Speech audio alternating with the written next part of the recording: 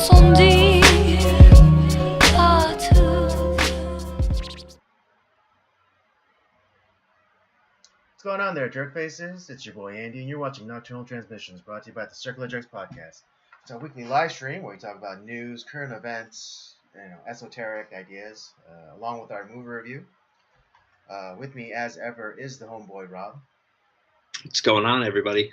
Hey, I know we were at MIA for 2 weeks, unforeseen circumstances. Andy was beating kids with candy canes at a toy giveaway somewhere. No. I was spitting inside. I was spitting inside their gifts at the North Pole. Something to do with beating up kids and being mean to them. Right. No. Yeah. Why did we miss the first week? No. Wait. It was my doing. It was your doing. My doing. Which I will go to. I'll go in detail why we missed last week, but what is it? I mean, I did the whole review without you, but I was sitting. Right? I had a car. It's like that trope in kind of like genre films or TV where it's like particularly like science fiction where like the deranged guy is just like like talking to like a blank screen or just talking. He's at a table by himself, but he's carrying out a full conversation. That's Rob. The weeks that we're not able to do the stream. Pretty much. Yeah, just at his computer, just blank screen, just like he's like, oh Andy, you're a cut up. It's the same thing with the Cinemigos too. Like when we're not recording like for like a week, I just I just talk to a screen. I do the movie review, and it's great. Yeah. But so yeah, what is it? Double feature. That's the word I was looking for. Double feature reviews tonight. We'll be continuing our Universal Monsters with a twist. And it'll be a double dose of vampires as well because we'll be doing Underworld from 2003 and Blade. Arguably the movie that kicked off this Marvel Cinematic Universe from 1998. Yeah, because this is before X-Men, before Spider-Man, all of it, and who would have known that would have been like such a popular film? Because it fucking kicks ass. Yeah. Never mind. But. Pulling a bit of a Joe Biden there. Anyways. Let's go Balbadoo. Anyways. Yeah, this is it predates all of the the Marvel stuff, even from like Fox or Sony. I think Universal had the rights to Spider-Man before Sony acquired them. Yeah, I don't know. It's a very complicated. Right, but yeah, this is the movie that started it all, and I mean. There's a little trivia. This was a long shot. This was at a time when even like Marvel Comics was like on the skids. I think Marvel Comics declared bankruptcy towards the end. Of the 90s. This was kind of like almost like a Hail Mary shot in the dark. Gamble to kind of revive the Marvel brand. And one of the rare R-rated Marvel movies. Yeah. Oh yeah. Which I know Disney bought up the rights and everything, but dude, let's petition for more rated R Marvel movies. Yeah, this is why it's funny because like Marvel was in dire straits at this point. Blade was a huge success, and then obviously now it rose to like this giant fame, and now they're trying to destroy that for some reason. I know, I don't know why they just hate money for some reason. Dude, South Park has been roasting the shit out of them, like so bad. It's I don't know if you've seen like some of the recent episodes, but it's the Panderverse.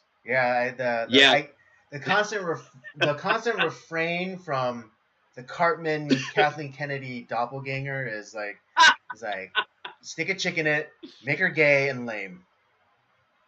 Yeah. Anything he was at a restaurant and like had a salad and he called the waiter over. It's like stick a chick in it and make it lemon gay.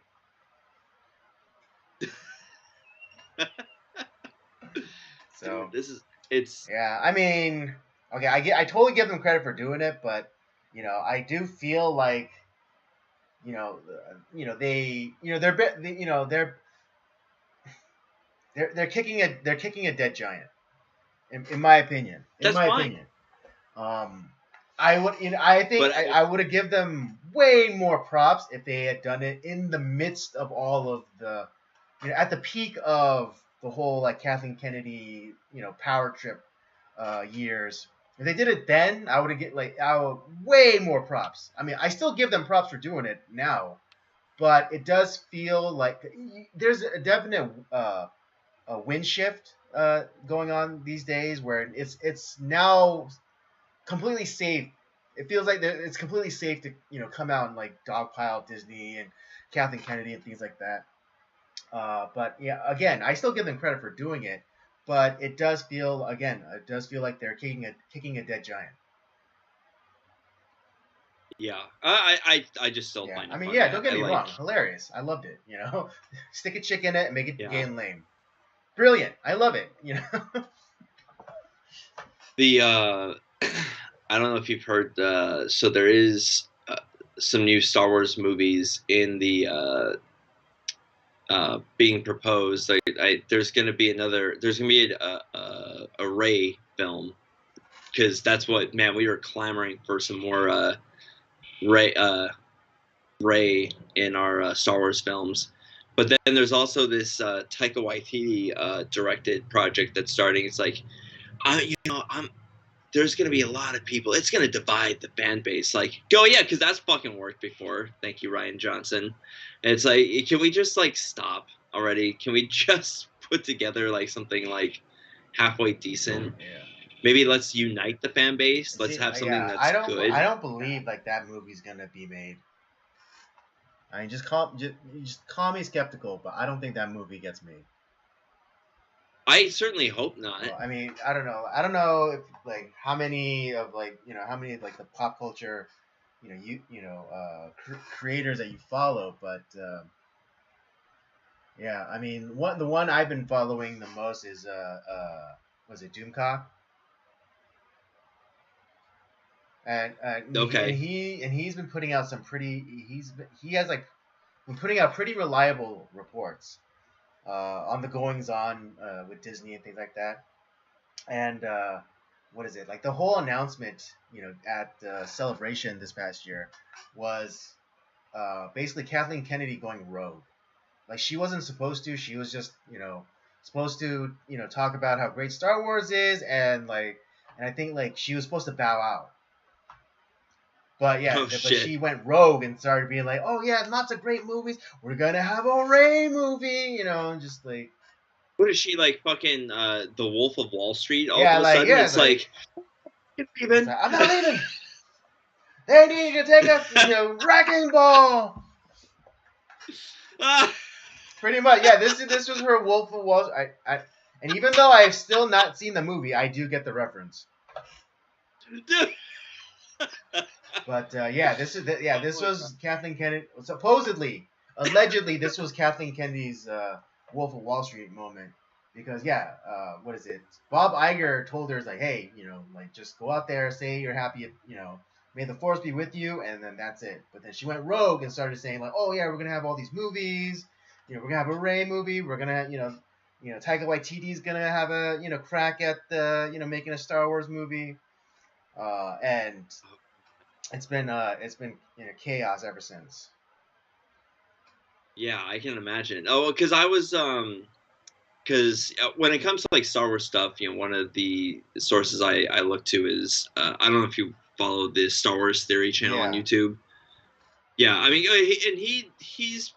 he has a lot of like inside sources and stuff, and he was like, he's so fed up with with because he hates the sequel trilogies. He doesn't like a lot of the Disney stuff outside of maybe what I've talked about, where Rogue One, which I actually think is a good film. I actually really like that film. I give props to Rogue One. I mean, it's not necessarily a story we needed, but I don't hate that it exists.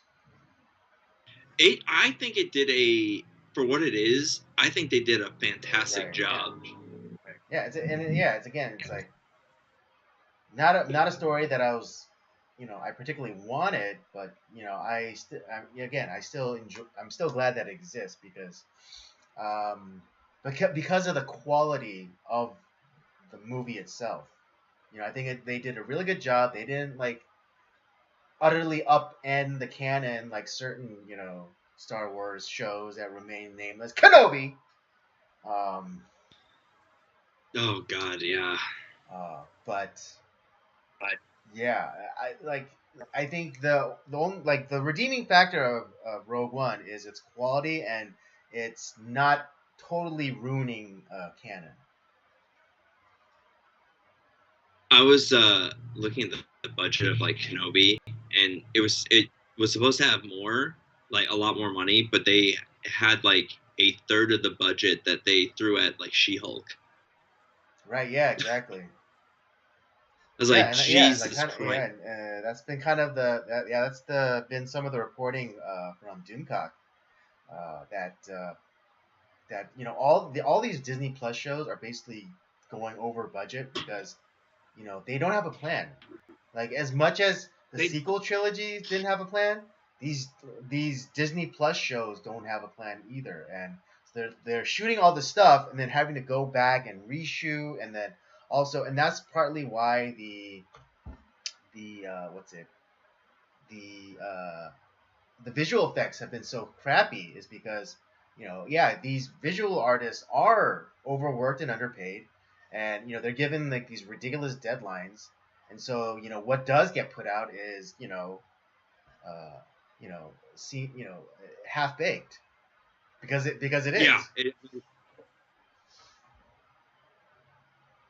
yeah. I mean, it's really kind of you would think that people would have like, okay, here's a vision for what we're trying to do. We're going to put out a good product. We have it's under, there is a outline that we're trying to follow.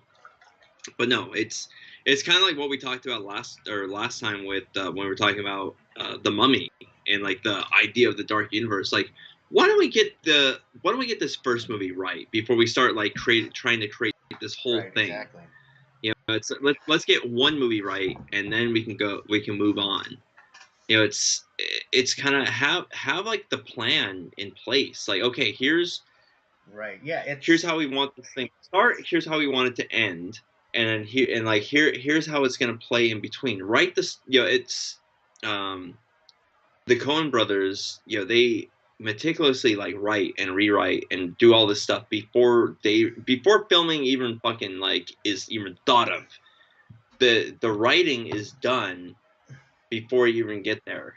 So you don't have like you have a plan in place, and then boom, you plug the right players into those slots, and you don't have to fucking worry about it. right. I mean, yeah, because I mean, arguably, Iron Man was a fluke in terms of writing, because there's this rumors that they are writing scenes like all like up until like the very last scene was being shot, but that's the exception, not the rule. And like Yeah, that's you imagine don't. if Iron Man had the Marvel the what we now understand or what we now know to be the Marvel logo scene with like the different heroes coming together Yeah, to form like the Marvel Studios logo. Imagine Iron Man had that at its outset. That because that logo didn't come out until after Avengers, the first one. And so, but right, like, right. imagine if they had the hubris to be like, oh yeah, this is totally gonna be a success. we're totally gonna make, we're totally gonna have the cinematic universe. So let's just, go all in and just, put this logo out there with all like the supposed heroes or movies that we're gonna have, and then they spend like all that money for, and like, they hire like people to like, potentially, play these characters that if the Iron Man didn't work out, weren't gonna happen. Yeah. Yeah, I mean, yeah, Oh, Universal had the and hubris of declaring their intentions right at the outset. they fucking stamped it. I like it's like Dark Universe. Come on, it's here, guys. Good lord. But yeah, Andy, what have you been up to the last couple weeks? You said you had some stuff that you've been doing. Yeah, just for me, well, the reason why we missed last week uh, was because um, what is it? Because my church got involved with an outreach opportunity through an organization called Samaritan's Purse. It was started by Franklin Graham in the Oh yeah, I know in the about them. Yeah. mid or like early to mid '90s, where people would just get shoe boxes, and they fill them with gifts, and then they send them off, uh, to third world countries, or countries experiencing war. And it was just just to get gifts to kids whose parents couldn't necessarily afford them, or circumstances within the region wouldn't allow for it. And yeah, the whole idea was so like that no child would go a Christmas without getting a present. And so yeah, Yeah. so my a friend of mine, his wife, uh, recently went came aboard Samaritan's Purse as a volunteer in their prayer ministry, and she let me know uh, that they were doing this thing, and they could use drop-off locations. And so uh, through some consideration and prayer, I decided to be that volunteer, and and my church just had decided to go along and be one of those drop-offs. So this past week was known as the National Week of Collections, and so uh, you can get a shoebox, or you can get a branded shoebox that Samaritan's Purse like sent out, and you fill it with all sorts of things, you know uh,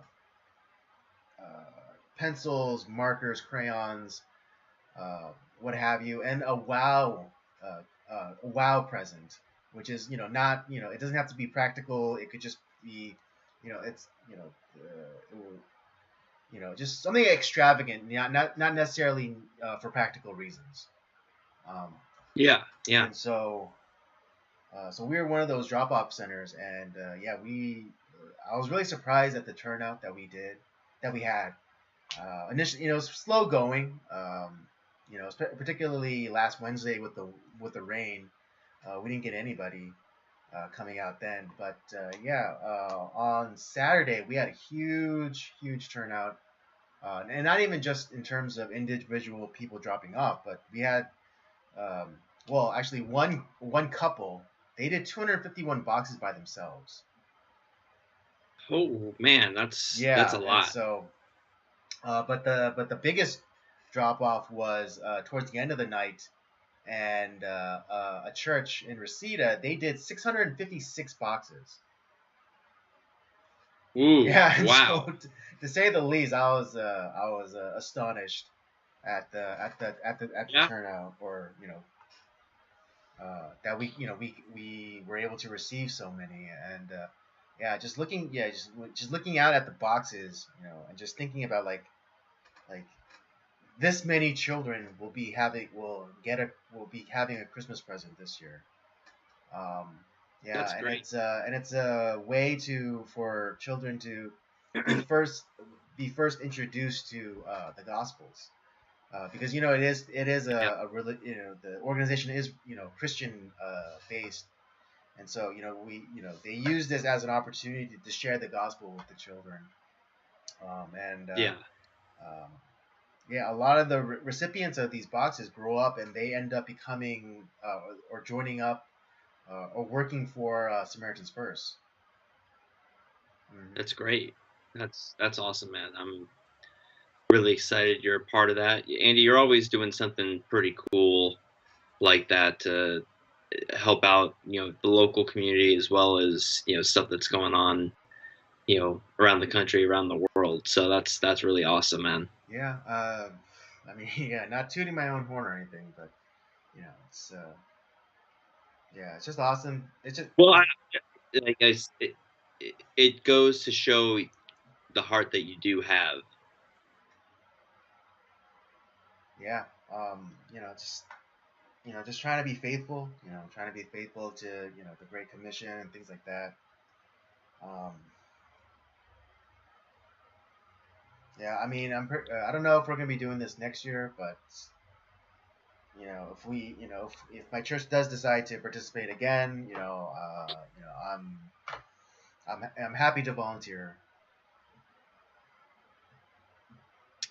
It's awesome to hear, man. Good. I'm glad you were doing that. A worthy reason to miss the live stream. I'll forgive you. I'm touched by your magnanimity. Yeah. I'll understand like why you left me. Why?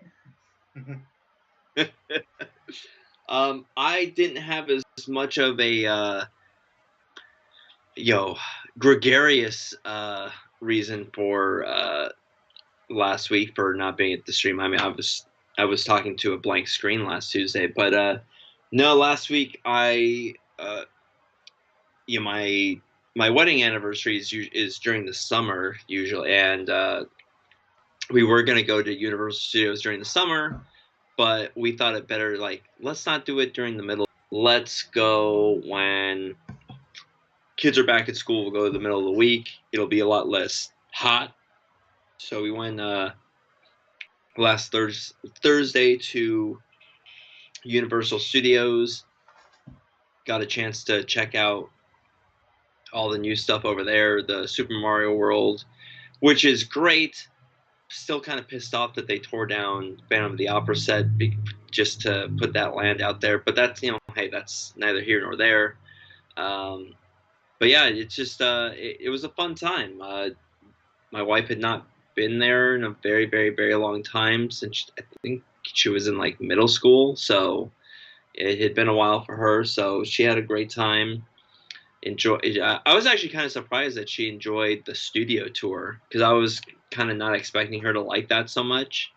But she thought it was kind of cool how the movie magic is made. So we got a bunch of like mugs and shirts and just had a good time there. Other than that, just did a couple of episodes of the Cinemigos came out. We did a fistful of dollars, and this past week, we did a episode on Vanishing Point, which was an inspiration for Tarantino's Death Proof. So we talked about that. Great episode. It's out on Spotify or wherever you get your podcasts. And then I also had a few other like pickups this week that I was really excited about. I picked up the Hidden Fortress from the Kurosawa film. Go check out that episode that we did with my friend Alex, Star Wars nerd, where we did Hidden Fortress versus Star Wars, and then for an upcoming review that we're going to be doing for down the line with the Cinemigos, I got my collector's edition of The Watchmen. So it has like the graphic novel and all sorts of like crazy shit in there. Some people shit on that movie, but I enjoyed it. Dude, it's freaking awesome. It's really good. I had not seen it before, so I'm really excited to dive into that. You kind of dive into the film, talk about it, and I actually picked up a couple of books about film. I got Tarantino's book called Cinema Speculation. So it's kind of his talk. He's pretty much just kind of waxing poetic about film. Mm-hmm. And then I got one of Peter Bogdanovich's books called Who the Devil Made It. And this is all discussions with some of the Golden Age Hollywood directors and his interviews that he had with them. So got a couple of those books to kind of peruse through and dive into as I learn more about film. So that was pretty much my week. That's kind of all I've been doing. Hmm. Then working my ass off. It's tis the season. Right. You're putting together shoe boxes for Samaritan's purse, and I am also getting whatchamacallit stuff together. Shoe boxes going off to different parts of the country for people sending stuff out. So yeah, that's been my couple of weeks. Yeah. Yeah, it's a busy time for all around. Yeah, but it's a good time. Yeah. So that's all that matters. Indeed. All right. Yeah. Let's get into. Let's we'll do review sandwich. So we'll start off with last week's movie. First, Underworld. Underworld. So yeah, let me hit everybody with a synopsis, and then we'll get going. Okay. Under cover of night, vampires engage in an age-old battle with their sworn enemies, the Lycans, a clan of violent werewolves. Celine, a vampire orphaned in the wake of a bloody Lycan attack, works for the vampire clan as a trained killer. When the Lycans take a mysterious interest in Michael Corvin, an exceptional exceptional mortal doctor, Celine struggles to save him from Lucian, a ruthless Lycan leader hell-bent on ending the vampire bloodline. Blah, can I speak? Jeez. It's what I've been having a hard time talking today too. I'm like I woke up from a nap before I started the stream, so I'm kind of like what. So why did you choose Underworld? Like, how did you come to Underworld, Andy? Well, This is your yeah, I think this entire month is my choice again. pretty much, yeah. But what is I actually watched this movie in theaters when it came out in 2003. And I enjoyed it. I thought it was a really interesting take on the whole vampire werewolves mythos. Yeah. And like having them pitted against each other, and almost like kind of like a lot of like the blood feuds that we see in our own reality. I thought I thought it was a really interesting take. I thought I like how they stylized the vampires in Underworld. Denoting that they're going into like you know into their vampire powers by having like the blue contacts and things like that. Um, Yeah. it was very interesting, and then also um, the werewolves, or how they what they call them in Underworld, Lycans, short for I guess is it the Latin or Something like yeah that. It's like it's lycanthrope, lycanthrope. like yeah, yeah. Um, so they short it by calling them lichens. I thought the lichens were very interesting. Very interesting. The idea that initially they were like these mindless savage creatures, and then slowly they learn to control um, their transformations. Even was very Yeah. compelling. Yeah, it was something that I well, this is definitely the era of there's a certain era of film like it only lasted for a few years, but man, this is like the leather daddy Yeah, yeah, that era too. of film. Our next film, the Blade, is also part of that group too, Yeah. man. It's Well, like, like arguably it started the whole like vampire leather daddy sort of thing. well, you had to, Matrix, Yeah. Blade, Wait, Underworld, no, did X it? Men. Matrix came out a year after Blade, no? I'm sorry. Matrix came out a year after Blade. No, same year. Same year Really? as Hold Blade. on. 90. Yeah, Let me 99. let me fact check. No, I thought Blade came out in '98. Was it? Oh, maybe you're right. I thought it was 99. You Yeah, it might be came out right. in '98. But then Okay, well again, then, they might have been filming like concurrently, and the Hollywood's writer rooms are close knit things, so maybe ideas were like cross pollinating. yeah, So, and I mean, yeah, I think Matrix is only came out in '99. I'm sure they're probably concurrently filming. yeah. So But this was the short-lived reign of the Leather Daddy. It's like, there was so many movies with these like leather trench coats right, and like yeah, also, and like the what uh, is it? Not spandex, but like the pleather, the pleather. yeah, but it's Yeah, like great. yeah, the And plastic bodysuits and but no, I found this kind of interesting because, well, one, I love a good vampire film, mm, and I don't know like where it started, where I couldn't tell you where the idea of like the lichens, the werewolves being the protector of the vampires. I don't know where that got started, but it's one of those things that like I know about that in my head, mm, and because the vampires obviously can't walk around during the day, so you have these protectors, mm. which are the werewolves that kind of protect their territory because they can walk, they Yeah, they can be can be there out in the during the sun. day. Yeah.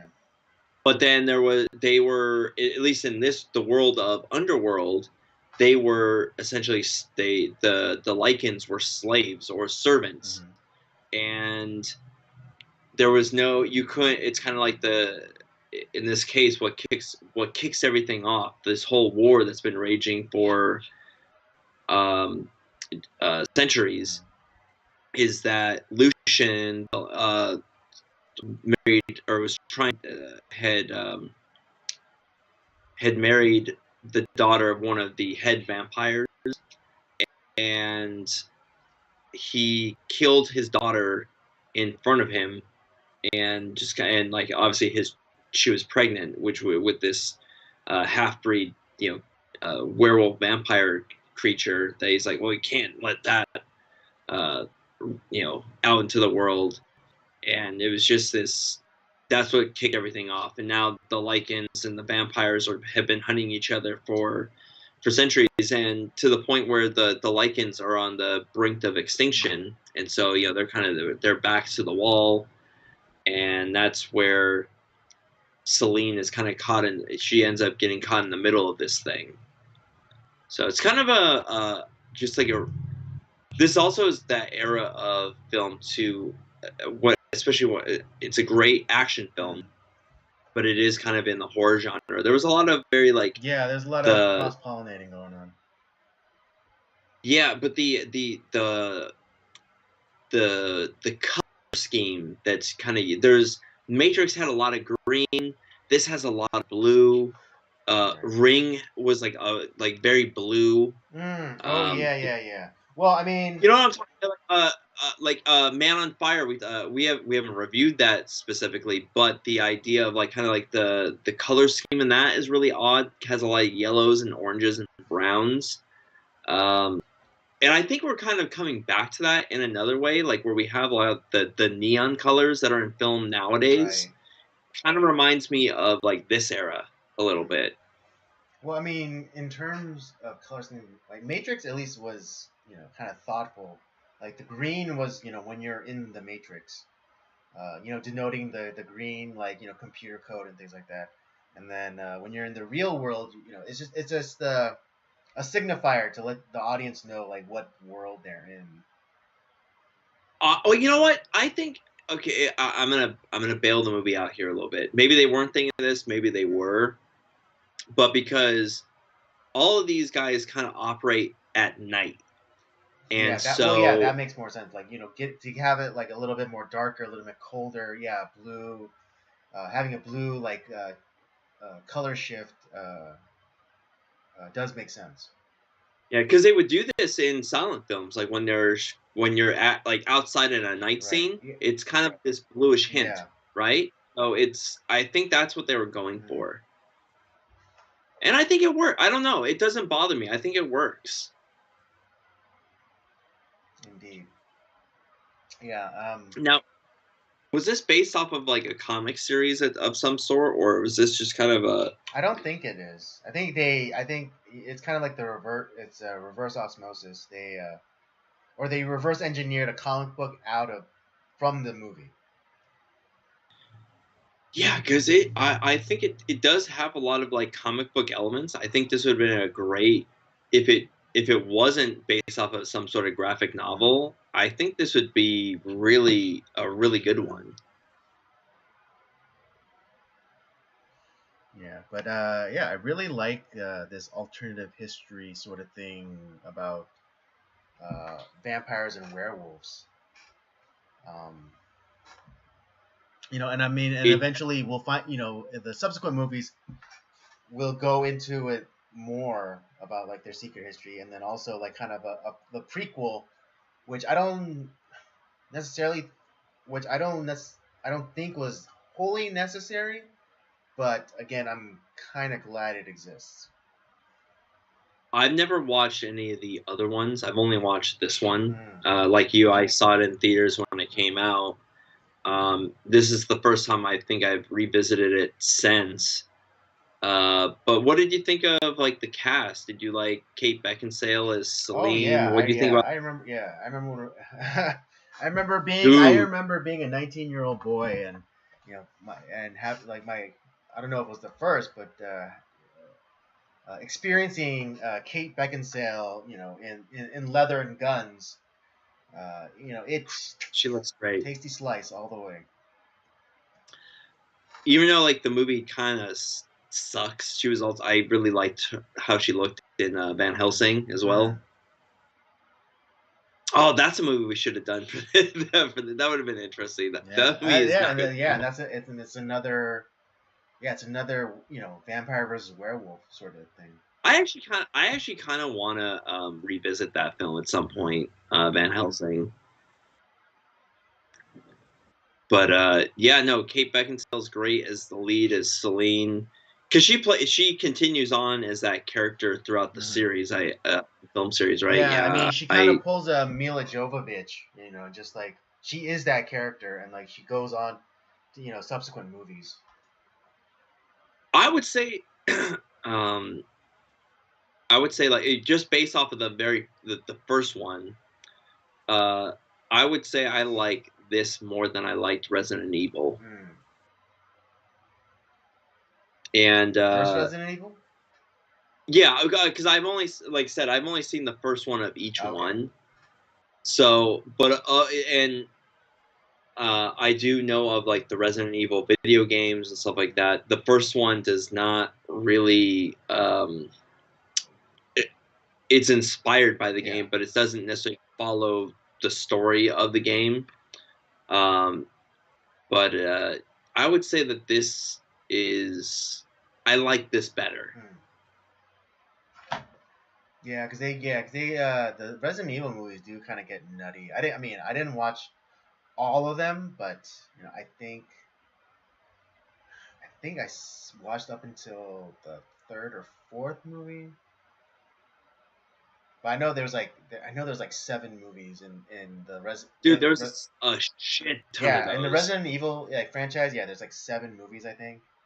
They made a lot of money too. It's crazy. I mean, this one did gangbusters Mm, too. Like that's why that they're now. Is this like the greatest cinema in the world? No, but there's something about them that people were.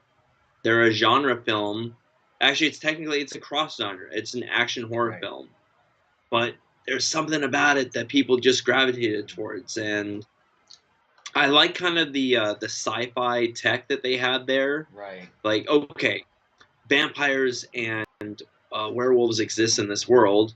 They're not like part of mainstream society, like because we don't really see a ton of interaction with the real Right. world. If yeah, and but you see like the guns that they use. You have like the ultraviolet bullets that the werewolves use against the vampires, and then the all the different like silver style weapons that are used against the werewolves.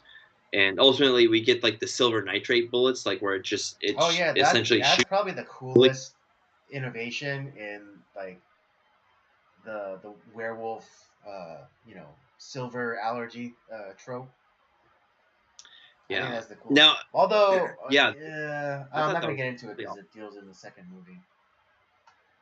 Well, the thing I was going to ask you is so because like I said, I have not seen the sequels, but obviously it's this one sets up for like there's gonna be another Yeah. movie. Like we already kind of that it's and essentially there's these three like head vampires, like they're like a triumvirate of like Yeah.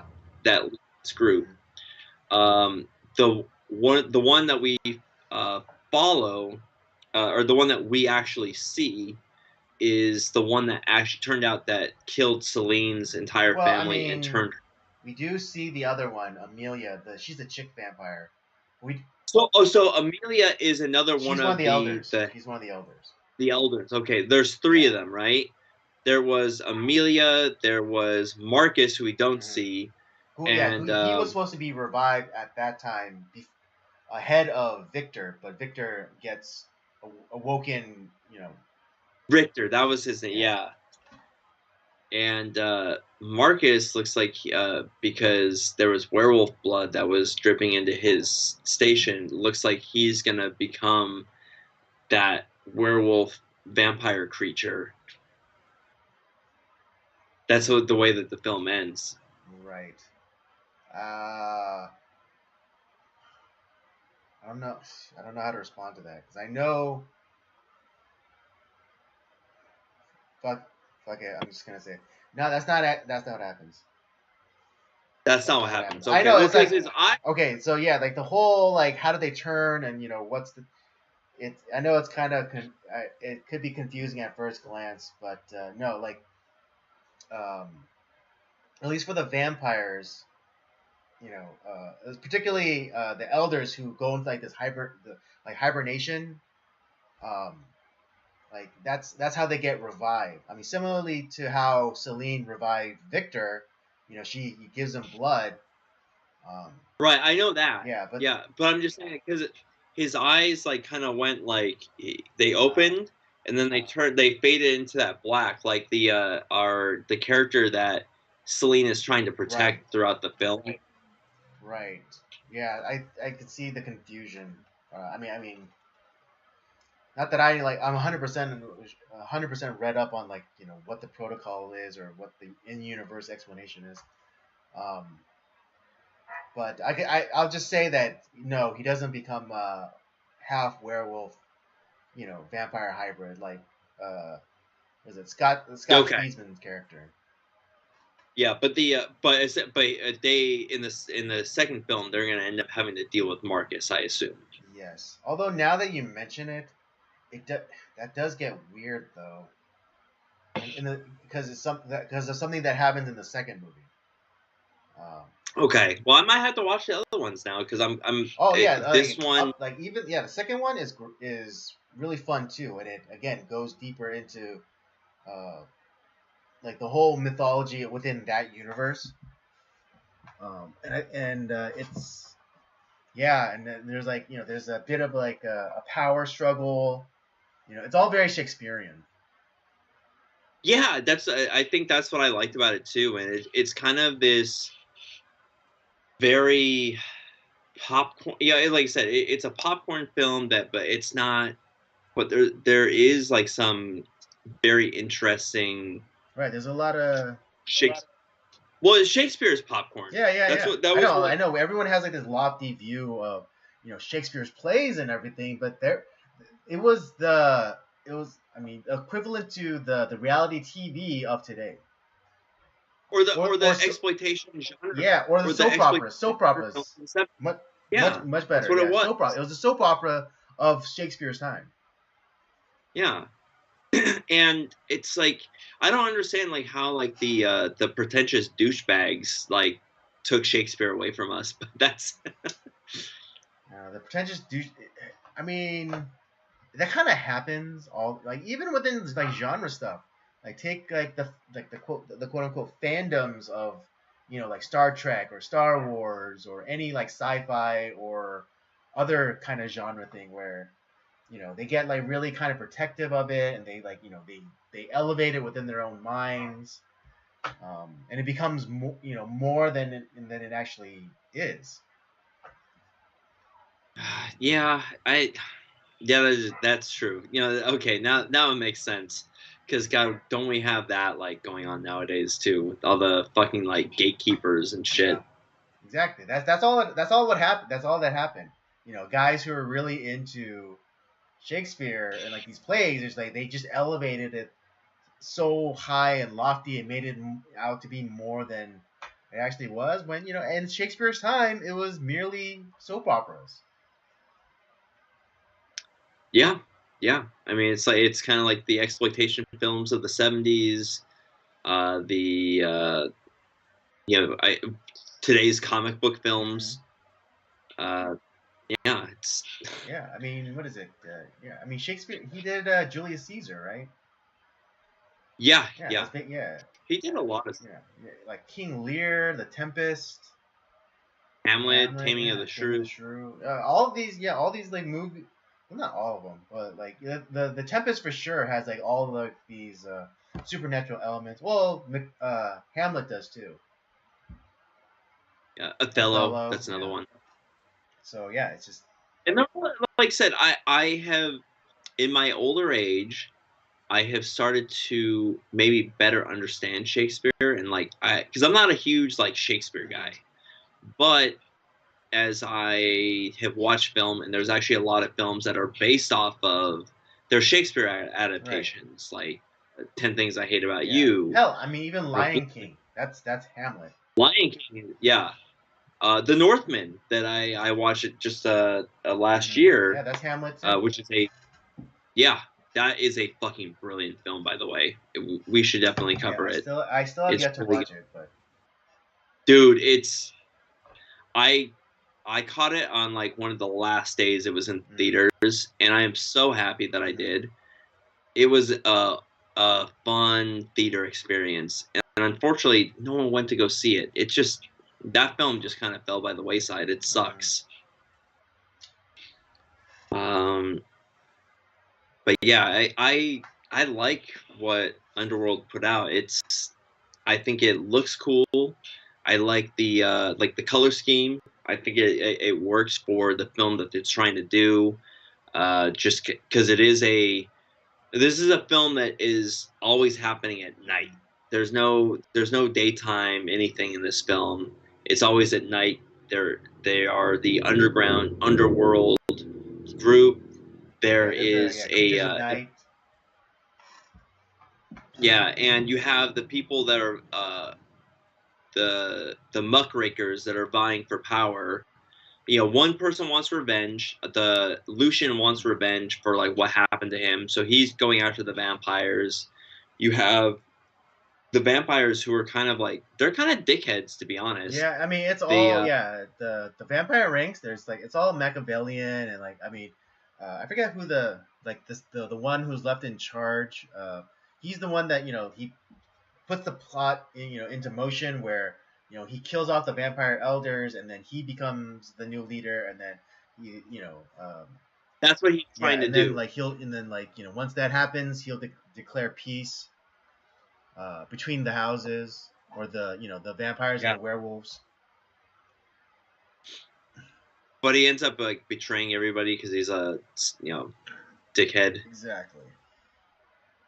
Uh, but yeah, it's just like this. I love it. I think this film is really good. It's fun. Right, If you like Craven. action, if you like, yeah, Craven. Thank you. I couldn't think of his name for a Yeah. second. But yeah, I think it's great, and it's not a all vampire movies do have a certain sexual element to Mhm. them. This one has a little bit of that going on, but man, it's a really interesting film, and it made me want to watch the sequels. Like I said, I hadn't revisited this in 20 Right. years, and I was like, damn, I gotta watch the other Yeah. ones. I don't know why I didn't watch them. Right.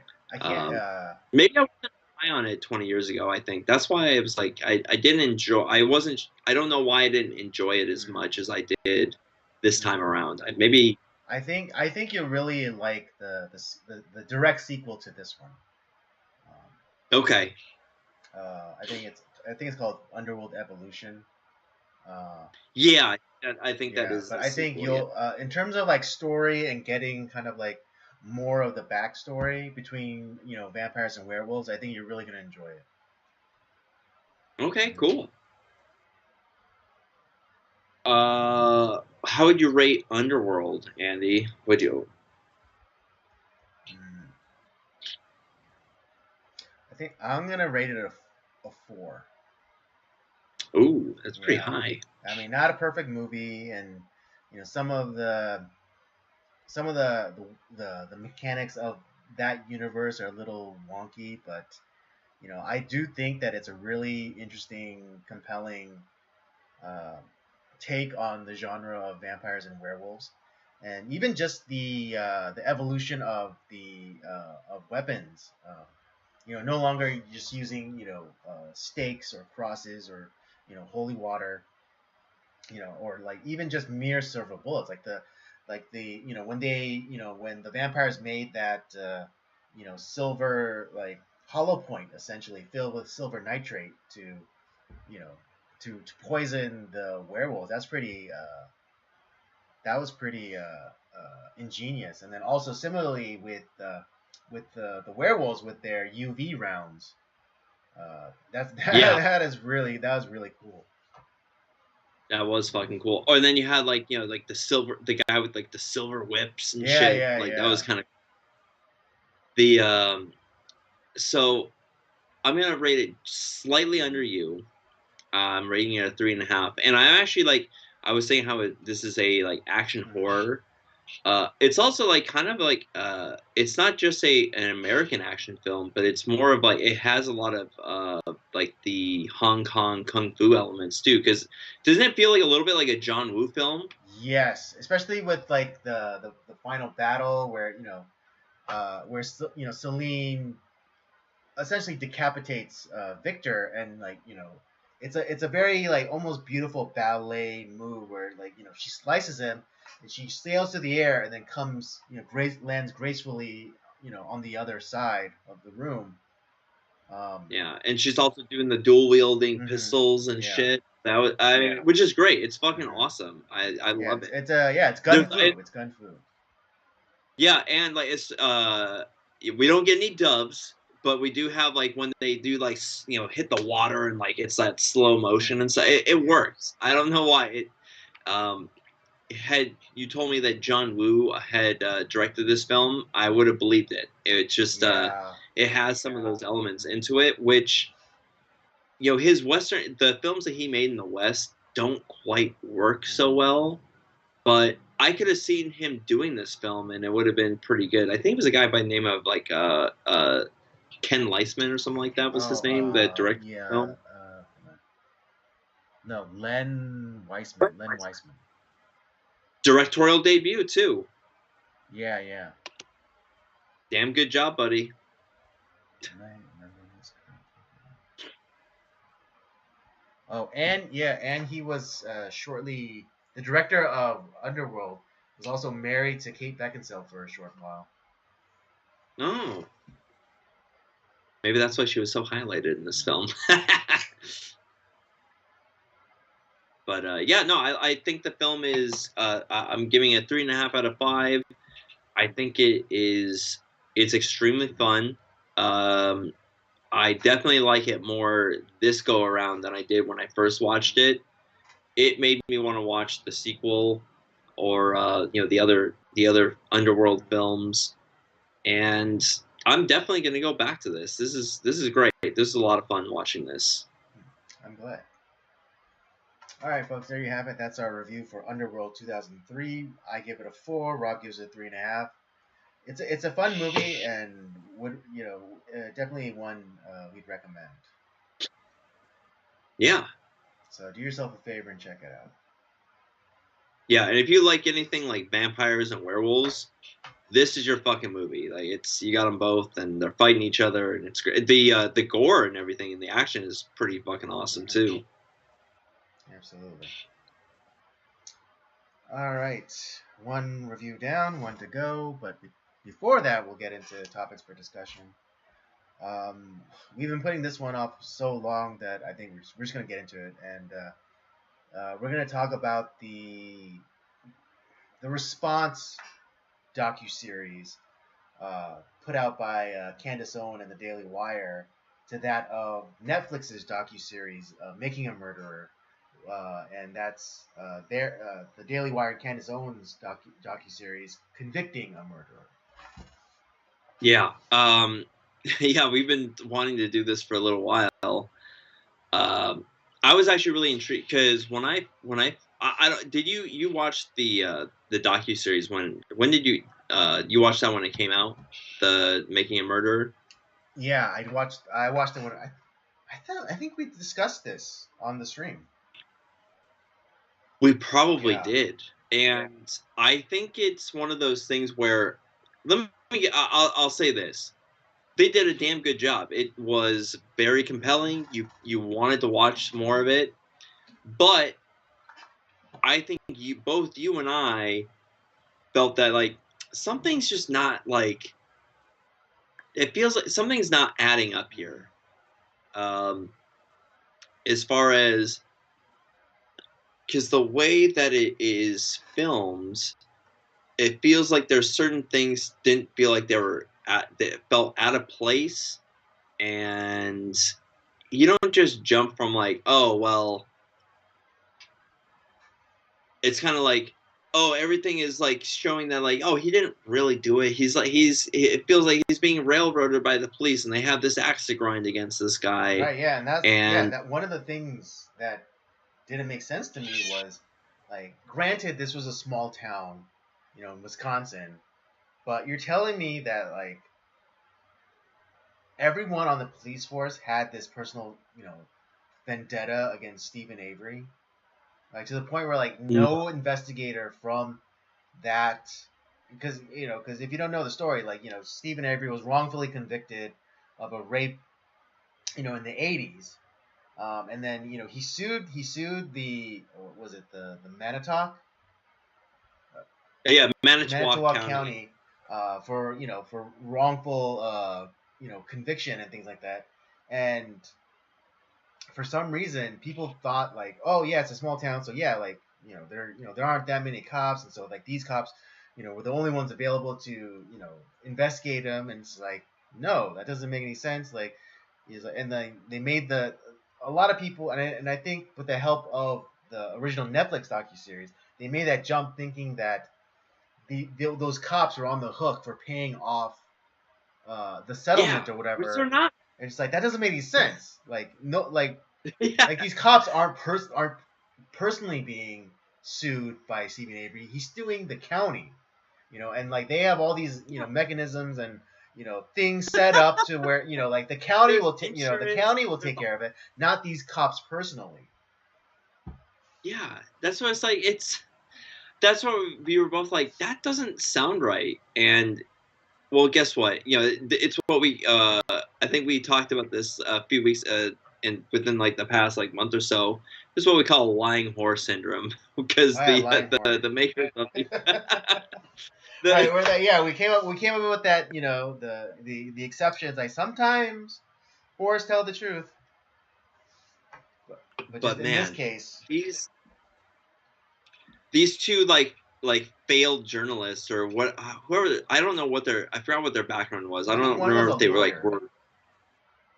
yeah, like whatever their previous career was, they failed at it. So it's like, well, let's just dive into this and we'll make films and documentaries, and it's like, and well, one, I will say this: was it? Did they maneuver stuff around pretty well? Well, they fooled a whole bunch of people, so obviously. Yeah, but So I guess they I'm did sure that was the work of a competent man. it.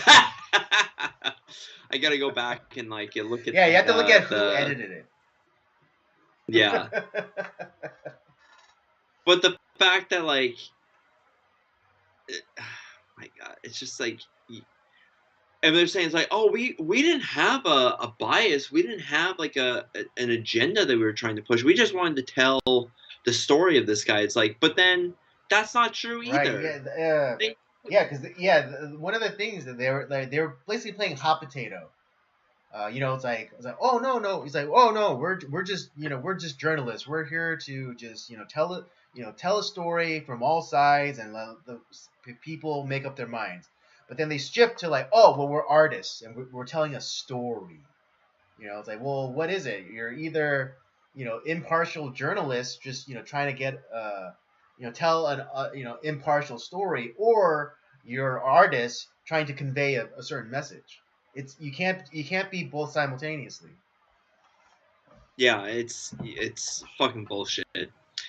Um, I'll say this, that the one thing that I the Stephen Avery seemed like a huge piece of shit to me. I was like, this guy probably did it. Like, although like they said, oh, there was evidence manipulated, and oh, it's like, yeah, that doesn't seem right. Like, I don't really see any reason for them to do that. Um, but the one thing I couldn't quite figure out, like, who I felt kind of sorry for initially was the Stephen Avery's nephew, Brennan Yeah. Dassey. I was like, this kid looks like a fucking. He is just, for a lack of better terms, he's kind of Yeah. retarded. I mean, he just doesn't. Well, remember It that feels like was he the was. PC term before they decided that was too offensive. Yeah. Well, so I'm just gonna use that. I mean, they made him come off as being retarded, essentially. And is he not like super smart? No, he's not. He's not a Rhodes Right. Scholar. I'll just say. But I was like, man, I that feels like this kid has been manipulated, both by Stephen Avery, obviously, but then it feels like the cops kind of railroaded this kid, and he doesn't understand his rights. He doesn't understand things, and so he's just kind of going along with the flow and doesn't really understand what's going on. And so and he got kind of caught up in this too. And I was like, I kind of feel bad for that kid. I could see like where maybe with like someone, a good lawyer, maybe appealing on his behalf, like for maybe like a reduced sentence or something, something else. Like I was like, I could see that being like, I'd be okay with that. But I was like, but I don't really know what to think about it, because I was like, it didn't feel right. Um, but as far as like Stephen Avery went, I was like, yeah, this guy looks like a complete shithead. Like, I don't believe that he was, again, kind of being, Yeah, wrong place, wrong kind. yeah, it's like, come on. And this is where the Daily Wire documentary, To Catch a Murderer, I think kind of answered all those questions. And so why don't you talk about, like, you watched them all. What did you think of the Daily Wire docuseries? Kind of the response to Making a Murderer. Yeah, I think this was really good. And I really enjoyed uh, when because I think the Daily Wire covered in all facets, including what is it, including uh, former supporters of Stephen Avery and Brendan Dassey, uh, to now what is it, people uh, you know I guess non-supporters, or people that were once supporters of Stephen Avery and Brendan Dassey, but now like they've seen the actual evidence, and they see their guilt for what it is. I think I think that was a really good thing to add to. I think that's a really good component that Daily Wire added to their docu series, because yeah, there's Yeah, people still out there at the Manitowoc County courthouse, like holding like protests and demonstrations, advocating for the release of Stephen Avery and Brendan Dassey, and yeah. and like just seeing like how people have just made this like their entire identity, and like no matter what evidence that they're presented will deter them or change their minds in any kind of way. That was actually kind of like I felt was like a unique way to go about this as far as the impact that this docuseries Mm-hmm. had. And I remember when it came out, it's like everyone was like kind of like when we did like Tiger King, a couple years ago, Yeah. right? That was like everyone watched that. It was like, oh, you got to see this shit. This is crazy. And I mean, I remember like watching Making Murder. Was like, this is really interesting. This is it's a weird story. But as you go into it, it's like something just feels off. I mean, I'm still watching it. I'm still like enjoying it, but it's kind of something fell off, and you can see that too, like where you see the impact of that, like because everyone watched it, and some people like really got interested in this story to a maybe an unhealthy degree, Well, where I mean, some people for sure, like them, calling in the different investigators and whatnot, making death threats, telling them that like, I hope your family like, get murdered or whatever, and you should just off yourself. Um, like that level is just like that's and like what is like those people that go visit Stephen Avery in like I think in the docu series towards the end, the Daily Wire one, they're talking about how people would go there, and like one guy took his like family like and made Stephen Avery his young daughter's godfather. Jesus Christ, that's right. Oh my I God, mean that to why that would you? level of like devotion to this idea that Stephen Avery was just simply, wrong place, wrong time, and it's like complete and like railroaded by a vengeful, police department.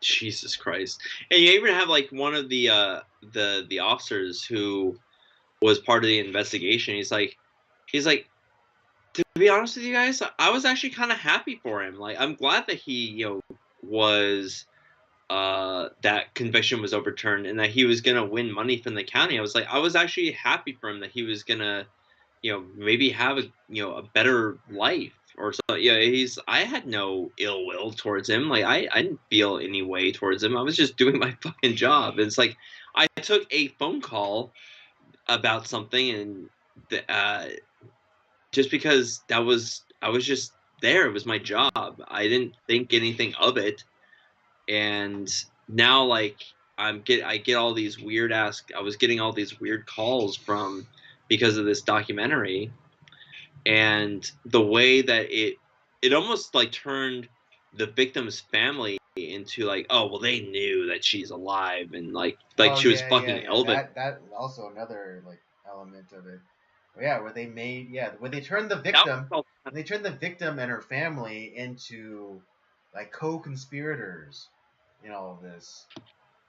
Yeah, you know what? Honestly, what this felt like, and we've talked about this too, like where we are trying to. It's that moment in that biblical moment where we could have really, Jesus is the innocent one and Barabbas is the murderer, and we could have let Jesus go, but like no, the public wanted Barabbas released, and that is what happens here, where the we're celebrating Barabbas, and like you have these two women who are trying to turn Barabbas into the hero of the story. Like he's some sort of Yeah, like he was the one that healed the sick. He was the one to feed the 5,000. He was the one that walked on water.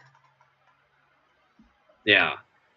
But the one thing that I liked about the Daily, and like I said, I'm not a big Daily Wire guy. I'm definitely not a huge Candace Owens fan.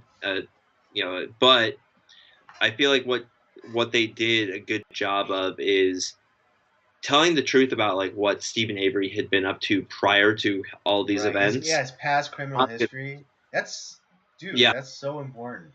Like, like him, like as a younger man, like a juvenile, doing like petty vandalism and but and what is it? the escalating amount of crime that he was getting Right. It's into. like, yeah, it's like kind of this kind of the evolution of a criminal. He, as a juvenile, he did like petty like burglary, and he did like harassment, and it just kind of kept escalating. To the point where like it was. I mean, not to say it was a good thing, but it's almost you can't really blame the police for thinking that he did rape that girl in '85. Because of like Yeah, because of the constant escalating in violence and crimes.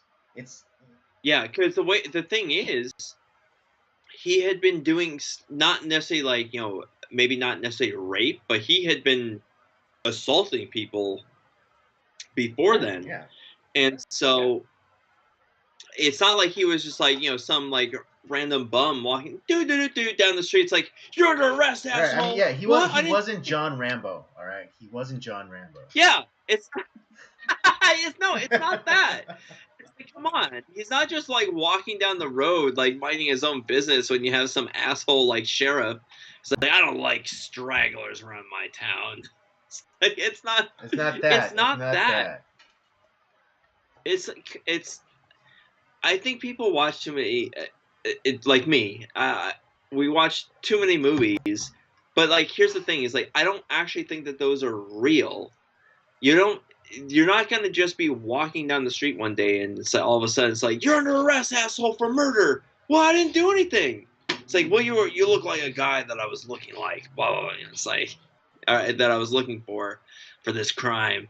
It's like no, Stephen Avery had been up to a whole bunch of shit. He had a long list of criminal history that he had been arrested Mm-hmm. for. He'd been in and out of jail numerous times. Right. Yeah, he was Um, known to the he community as someone who harassed, uh, assaulted, and basically it was like a nuisance. Yeah, and his family fucking Yeah. hates him. So, and the fact, like, and they, especially because they did interview people, his like ex-wife, his brother, Yeah, his and former people sister-in-law. within. Yeah, and they talked about how he's like after he got out of jail, he became a monster. Like he did not. He would manipulate people. He would fuck around. He would just do whatever he wanted to do because he thought he was bulletproof. And god damn, like, and like what you learn about like what Making a Murderer doesn't talk about, that the To Catching a Murderer docuseries talks about the brutality of like what was done to that woman. It is just so horrible. And Oh, the one thing I've yeah, that's also one of the things that what is it? That's also one of the things uh,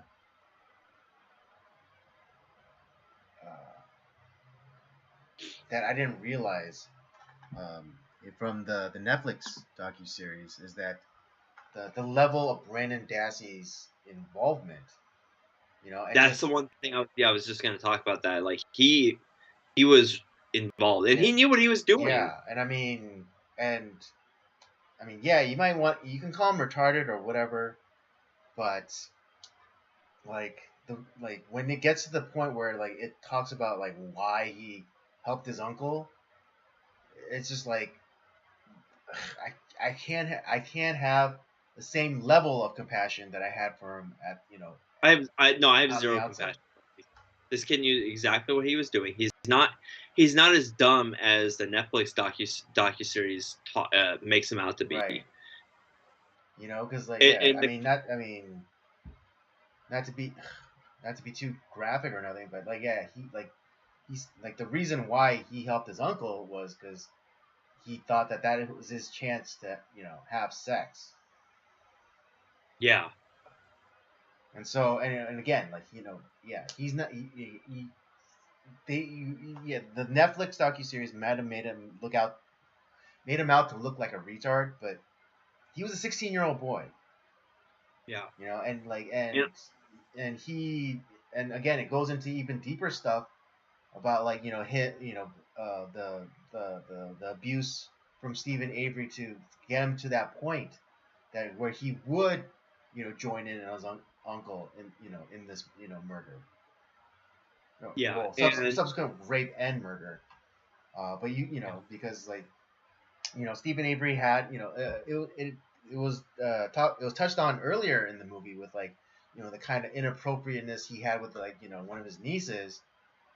dude, that was fucking disgusting. Yeah, Yeah, and then then it comes out like it wasn't just his nieces that he was being inappropriate with, but he was being inappropriate with his nephews too.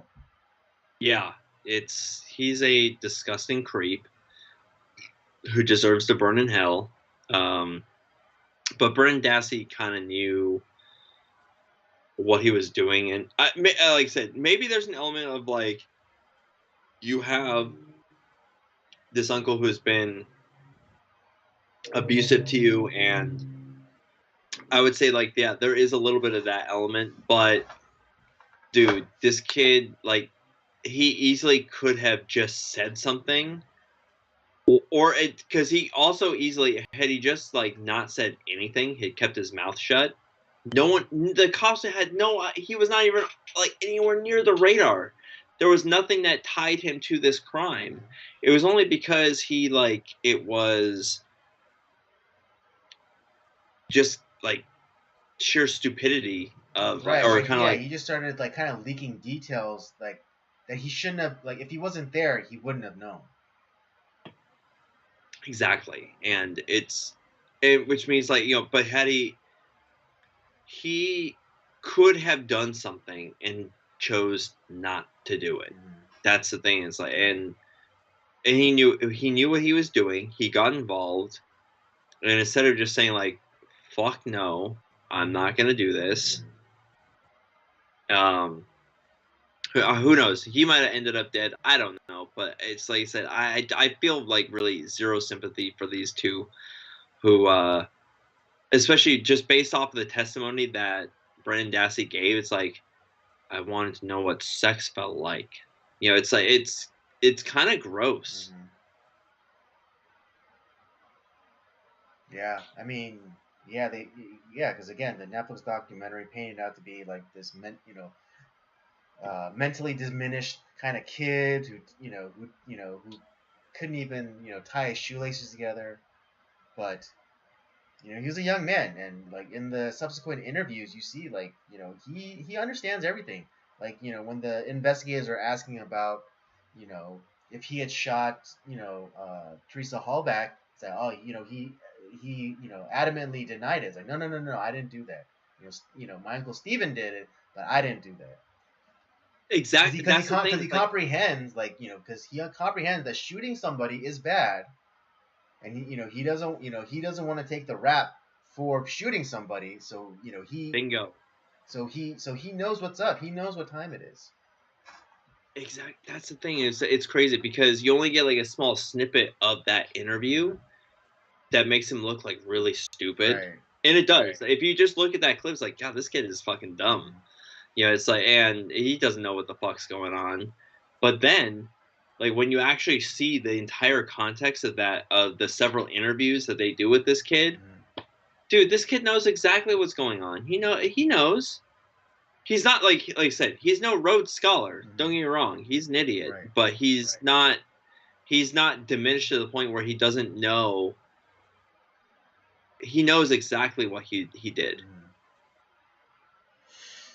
So just really kind of, I really, I'm glad that this Daily Wire docuseries is out there. Just because to me it answered the questions that I have. Is like, it doesn't, the stuff doesn't fucking add up here. Mm. And yeah, especially like not I didn't buy for 2 seconds the idea of like, oh, they took this blood vial and they planted blood all over the Right. place. It's like, because, well, one, because the with those like blood samples to keep them like liquid, they put an anticoagulant Right. in Yeah. there, A so like blood preservative, doesn't, essentially. a preservative, so that they can like kind Yeah. of So that go whenever back they through there. need to, test the blood again, they could just, and it doesn't just dry up in the tube. Exactly, because that's what it would be. It would just be like a dried piece of nothing in the tube. Whereas when you look into Teresa Hallback's car, it's blood fucking everywhere. Like, Right. like Yeah. Like on like where the key goes in the ignition, and then on the shifter, and hell, another thing that they conveniently left out in the Netflix docuseries is that they found, Stephen Avery's DNA on the latch of the hood.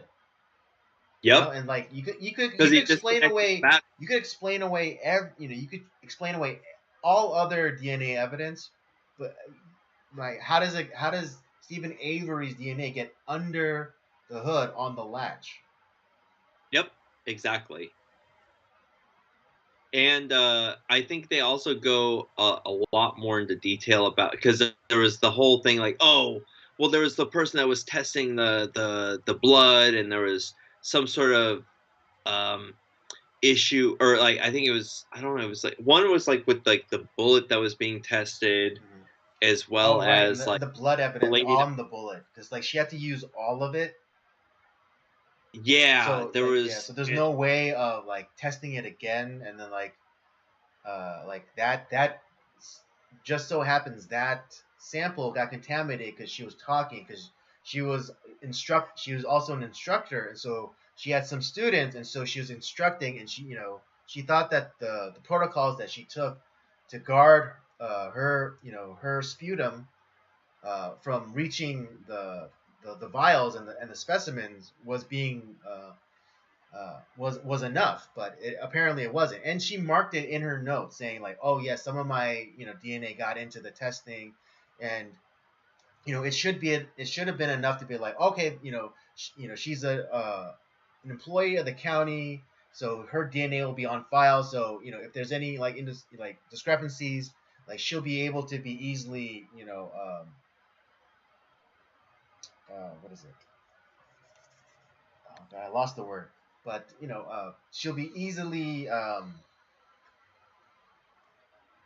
discounted or she would easily be like exonerated, kind of like she doesn't have the liability because right, she right, went right, through all the right protocols exactly. to do that. And like, but you only get a small snippet of that, like, where it's like, oh well, she fucked up, so, Hmm. and so Yeah, it's but kind of like yes, again, it, it's the context. It's the context of everything.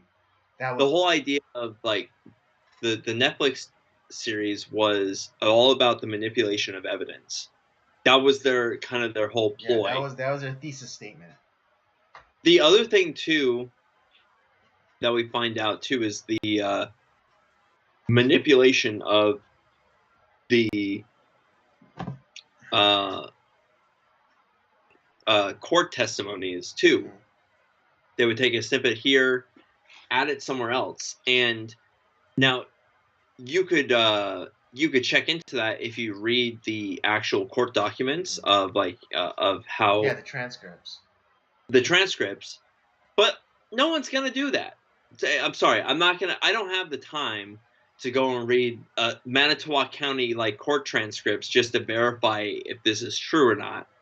So the majority of people are just gonna be like, Yeah, they're gonna take yeah, it. okay. Yeah, they're gonna take the documentary at face value. But they are literally manipulating what people are saying. Like, they're, oh well, let's take this Right. Let's let's part let's, let's take here. this long pause. at 3 hours in the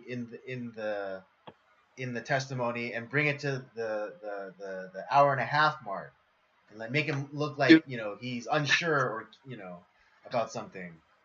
you know what? We got fooled like people did like in like The Simpsons on like rock Oh, bottom. yeah.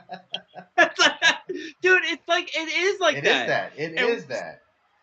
when you and it's funny because the Daily Wire version is showing us like the Netflix version Right. Yeah. versus like what actually happened, and it does. If dude, I feel like it's like rock bottom. It's like no, Mr. Simpson, don't. It's like don't I know. no. Like, yeah. The clock. So I take her home, and she's sitting on a sweet can. I noticed her Yeah. sweet can. Dude, that's what it felt like. I was like, oh my god, this is fucking wild. Yeah.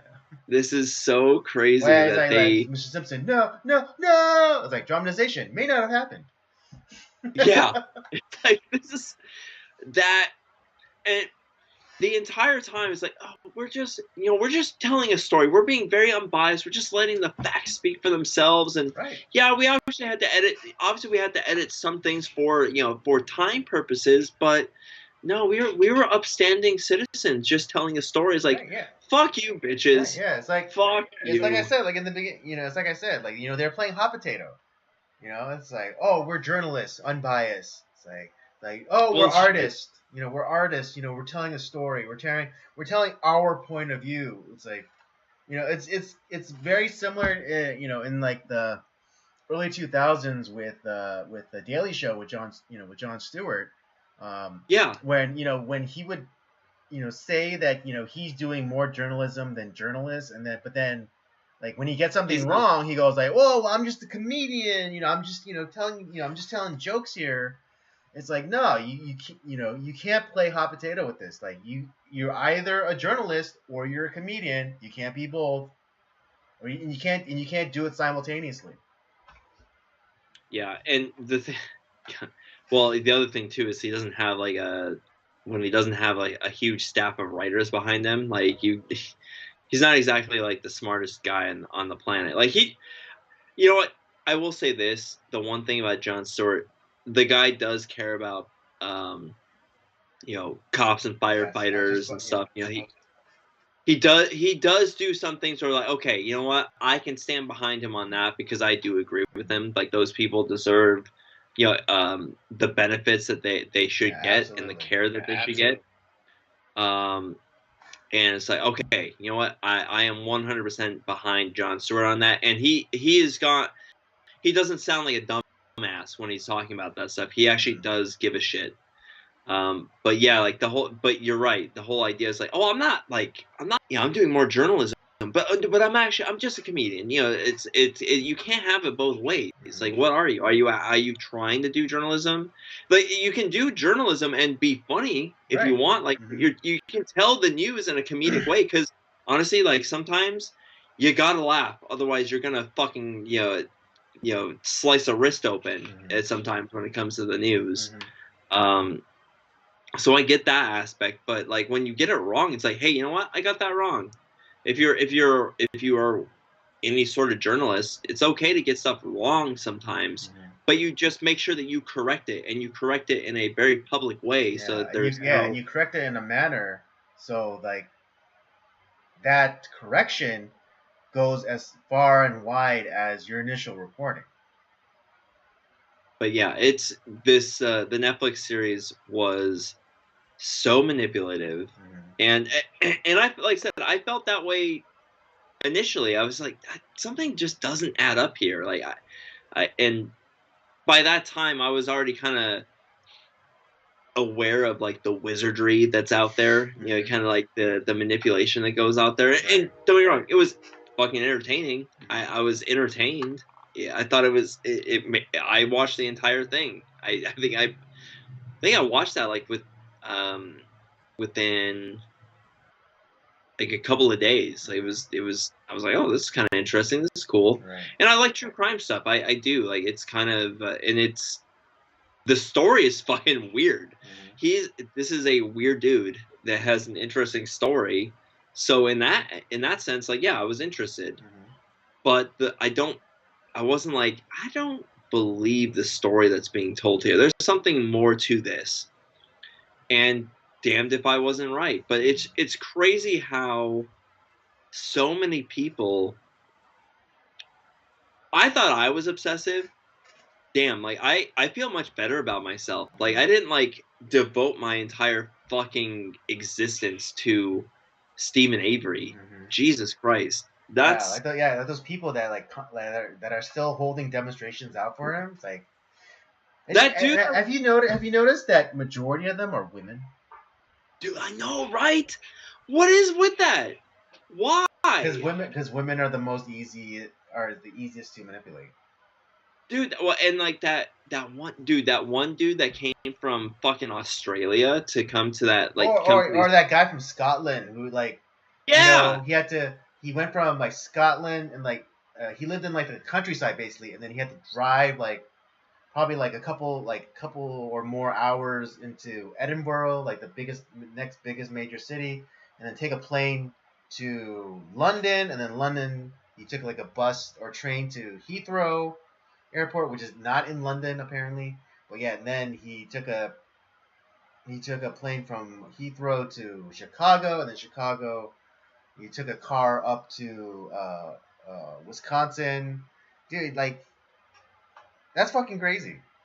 I don't care about anything that Yeah, much. exactly. I don't care Fuck. about. I mean, like, I mean, it would take Jesus himself to be in Wisconsin for me to take that kind of fucking trip. right? Exactly. Yeah. The Like, second if the second really. coming happened and Jesus happened to come in Wisconsin, then yeah, I'm going to Wisconsin. Yeah, like I would take that trip from like his weird little village in like Scotland. But fuck, why would I do that for a degenerate like Stephen Avery? Even if like I felt like he was innocent, I'd be like, you know what? I'm gonna I'll support him from over here. Yeah, I don't I'll care send that him. much. I'll send a check to his family. Yeah, like what the this fucking ridiculous. Why would you do that? Why would you care that much? Yeah, and I It's mean, yeah, and that crazy. and that and that Canadian who wrote that song for him, it's like, Oh my dude, stay in god. your own yard, Canada. Fucking oh my dude. Oh, because I was like, why would you do this? Why would you write the? Oh my. Yeah, and it wasn't even that one song. Like he said, like he wrote like seven He or eight wrote songs. several songs. These kind of come up with like this like Stephen Avery album. Jesus. Or an LP. Good fucking god. Andy, this literally turned people crazy. It did. This literally turned people crazy. And I'll be honest, like the lady that was kind of helped with like a lot of like the research behind this docuseries for Daily Wire, Mm-hmm. she's a little crazy too. I mean, the Yeah, fact I, that I mean, yeah, like she's also the Brenda chick. Like she was a producer for this yeah, docuseries, and like yeah, she initially got into it, and then like yeah, she has like binders full of materials from the case, and what have you, and like she's an expert. She's a legitimate expert on this case. I'm sorry, she's crazy. I mean, She's a yes, crazy yeah, she's person. she's crazy, but like yeah, I'm but glad she's she smart became about an it, but expert on this one isolated case. And god damn, that's craziness. yeah. I was like, why? I Why? know. Why would Why you would you? dedicate your precious time on this earth to that? I mean, I mean, I listen, guess somebody's got to do it, but jeez. I'm glad that she is fighting for the truth. I mean that is a worthy cause, Yes, agreed. but but god damn, dude, why would you dedicate yourself so much to this? I don't get it. I it's like, listen, I was intrigued by the docu series on Netflix. I thought it was I was like, and it left me with like something doesn't seem right about that. But you know what I didn't do? I didn't fucking dedicate my entire goddamn existence to this case. Like it doesn't. it has.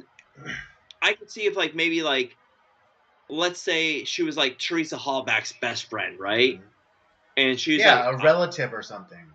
a relative, a best friend, something, you know, some sort of connection to somebody that's involved in this case. But but why?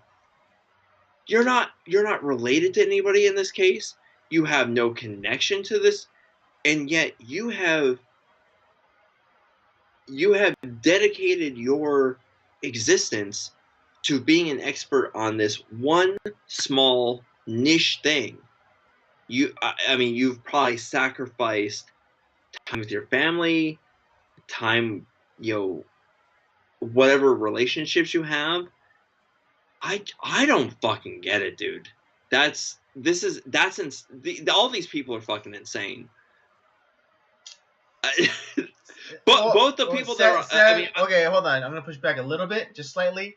Says the guy who became a master carpenter to put up a shelf in his house. but that to me, that's not wasting time, dude. That Okay, I know, there's a I know, difference. I know. It's for a good, it was a good cause, a greater cause for a better something You bigger than know, you yourself. know what? I get it. I That, get it. Again, I I did said that for Jesus, just not pushing back a David little bit, Avery. just pushing back a little bit. But I can see like so the guys that like that obviously should be like have more. There was the one lady who was a journalist who had been. She was one of the television reporters that had been working on this story. Mm-hmm. You know, obviously she should have that information. She's dedicated. Mm-hmm. You have court reporters who are involved, and so that they obviously have like they have a lot of information, so they have a skin in the game, right? Um, but like the random like just Netflix docu-series watcher who becomes super dedicated on this one case, like it's I'm sorry, I'm glad she's on our side, but she's nuts.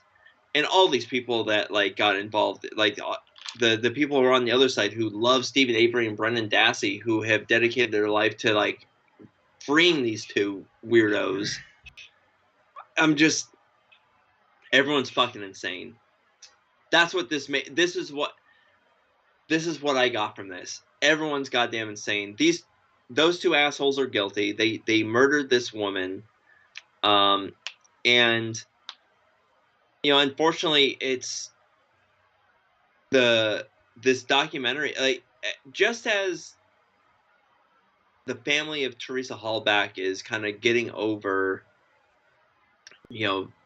I mean, to a degree, getting over her death.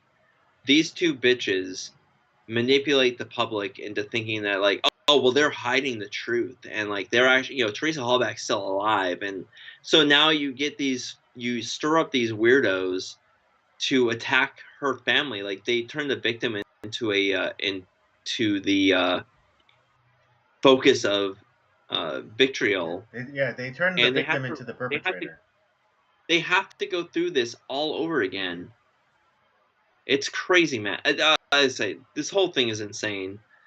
I'm glad that we have some sort of more answers, like giving us the actual truth. But god damn, this is crazy, man. Mm-hmm. This is a crazy ass story.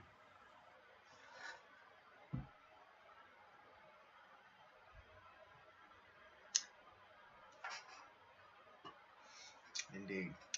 But yeah, that's all I got to say about that. All right. All right. That's okay. On to the next topic for discussion, and it's kind of a these two stories kind of overlap each other, so uh, we're just gonna combine them into one, and that's or at least locally, the encampment fire that happened in near downtown that shut down the 10 freeway for a few days, um, and Gavin Newsom cleaning up San Francisco finally for a diplomatic visit from Ah, the president of communist China, Xi Jinping. first of all, I'm going to say this. There is no fucking reason for anyone outside of a president or people within the presidential candidate to be dealing with foreign dignitaries in any capacity. Okay, yeah, okay. So the head of an only the head a national leader should deal with foreign dignitaries. Yeah, And if a state leader is to entertain them, then it should be alongside with our national leader. that is correct. There you go. That's the clarification. I yeah, I think it is. There's no reason for just some random senator or Hell, even a congressman, mayor. mayor, or governor fucking dealing with any foreign national leader in any capacity outside of some sort of purview of our the presidential cabinet in any capacity. Agreed. Am I? I don't think I'm wrong on that in any Yeah, way. it's not a hard concept. Yeah, there's no reason that like our governor in this state, the governor of this Yeah, state, should have any sort of Governor dealings with Patrick some Bateman. sort of foreign dignitary, unless like there is a foreign dignitary that under the guise of like, oh, he's wanting to visit America and kind of, but like the president should be somewhat involved in that. It's like, yeah, we're gonna do it. Yeah, come over and tour our country and see the sights, and let's have our we're gonna have a meeting together and talking about our relationships with our country, and you can meet the governor of this state and that state that you're gonna be visiting. Okay, that's fine.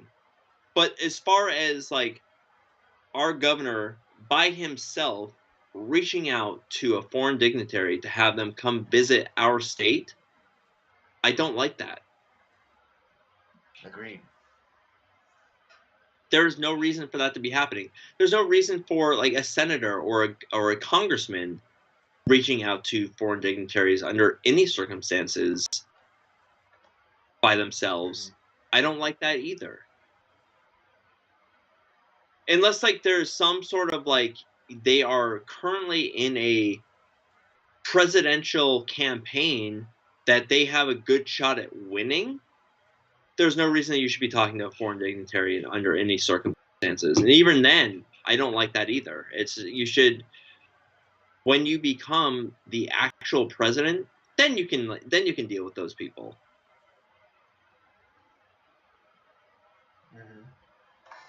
Mm-hmm. Honestly, the only thing that the governor of California should be doing is dealing with stuff that is within California state. That's the only thing you should be dealing with. Agreed.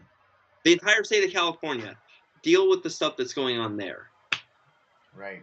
I mean, one of them could be homelessness, which ironically, he did for the Chinese president. You know, This fuck. it's amazing because he admits that the only reason he cleaned up the streets was for the Chinese president. He admit Dude, I mean I know Fox News broke it, but it's like a clip. The clip goes like say oh like he's like answering a question from the press. It's like oh people are saying like oh I only cleaned up I only cleaned up San Francisco for for the Chinese president, and like he's about to go into spin mode, but then he's just like he has a fuck it moment where it's like fuck it, it's like yeah they're right, I did that. you know what? I like I said, this is actually the one moment I'm actually gonna be Right, give him somewhat a little grateful. kudos. Give him a little kudos for his. I'm gonna give him some kudos. You know what? He didn't lie to us. He said exactly what happened. Mm-hmm.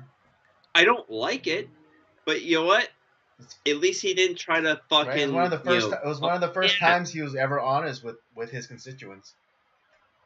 I think this is probably the first time he's ever been honest about anything. Hey, And I think he is, like I said, he's a giant piece of shit. yeah, it's And Governor Patrick Bateman. he, but you know what? He told the truth there. And I don't know if you noticed this, but there has been a, I don't know if he is the governor, but some of the streets have been cleaned up over here in LA, or at least in the Valley. Mm. I know one of the giant encampments that's over on Devonshire Boulevard, like where the like the movie theater is and stuff. Devonshire and I mean, Balboa, it yeah. was it's real bad. But when this is all going on, they got rid of those people. Well, also because I don't know when it's gonna be, but they are gonna have a Christmas parade down that part of Devonshire. So yeah, so that's Oh, I mean that's probably part that's of it probably too. it. But but it just kind of happened to coincide with Xi Jinping like coming to our state for some Right. fucking reason. But yeah, it's just I just find it fucking hilarious that now all of a sudden we're gonna clean up the streets. We're gonna find those extra beds, and we're all of a sudden gonna care about the homeless people. Well, And here's the thing. Also, it just goes to show you that they are capable of doing something about it. They just don't.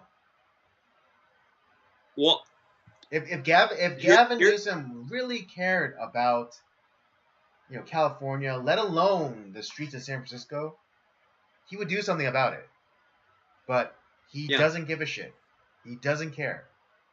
Well, here's the thing though, is that the real big problem is that there is a lot of money in that crisis. Oh yeah, It's, I was it.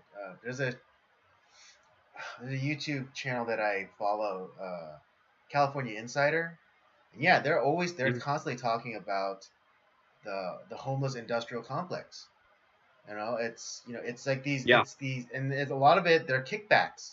Like candidates, they'll get in, and on the dime of some like interest group, particularly like like a homeless like services company or something, and they'll give them like these exorbitant contracts to build, a shelter or housing or some such thing, and the thing never gets built because but nope, because again, like because of the overregulation in California, they won't allow for it because you have to, do an environmental impact study, and then you have to do a survey of, to make sure it's not, Native American, burial site, or it doesn't displace some like obscure, bacteria that only grows in this specific area, and on and on and on and on and on. And so these companies, they get paid, but nothing gets done. yeah. Like I said, it's a big money venture, and so people are left out on the street, uh, in their own slop, and pretty much are a danger to not only themselves but to the public. But people are making money off of it, and it's fucking. And that's the thing. Is like they're never gonna. Our government is never gonna actually try to solve that problem because there's one there. We live in a leftist haven, Mm-hmm. so they don't give a Yeah, shit for one. But then like they're getting a lot of money off of it, so who gives a shit? yeah, and I mean, and like it goes even down again. If you can control language, you control everything. But have you even noticed the subtle shift in language? How they're not called the homeless anymore; they're the unhoused. Yeah. Yeah, Oh yeah. that's I'm, intentional, because their oh, whole of course. thinking is like, oh, they just need a place to sleep, they need a place to live, and everything will be okay. No, no, that's not it at all. A house is a building, but a home is relationships. Okay, and Yeah. you need these, and you need and a home is connection, and what these people need is connection. They don't just need a building around them. They need connections. They need to know that someone gives a shit about them, and that if something were to happen to them, that someone is gonna give a shit about them. That's the thing. It's like where, because even when these guys do have some sort of like living situation, like living quarters, they're so fucking crazy. Exactly. I mean, with like the whole like hotel voucher thing.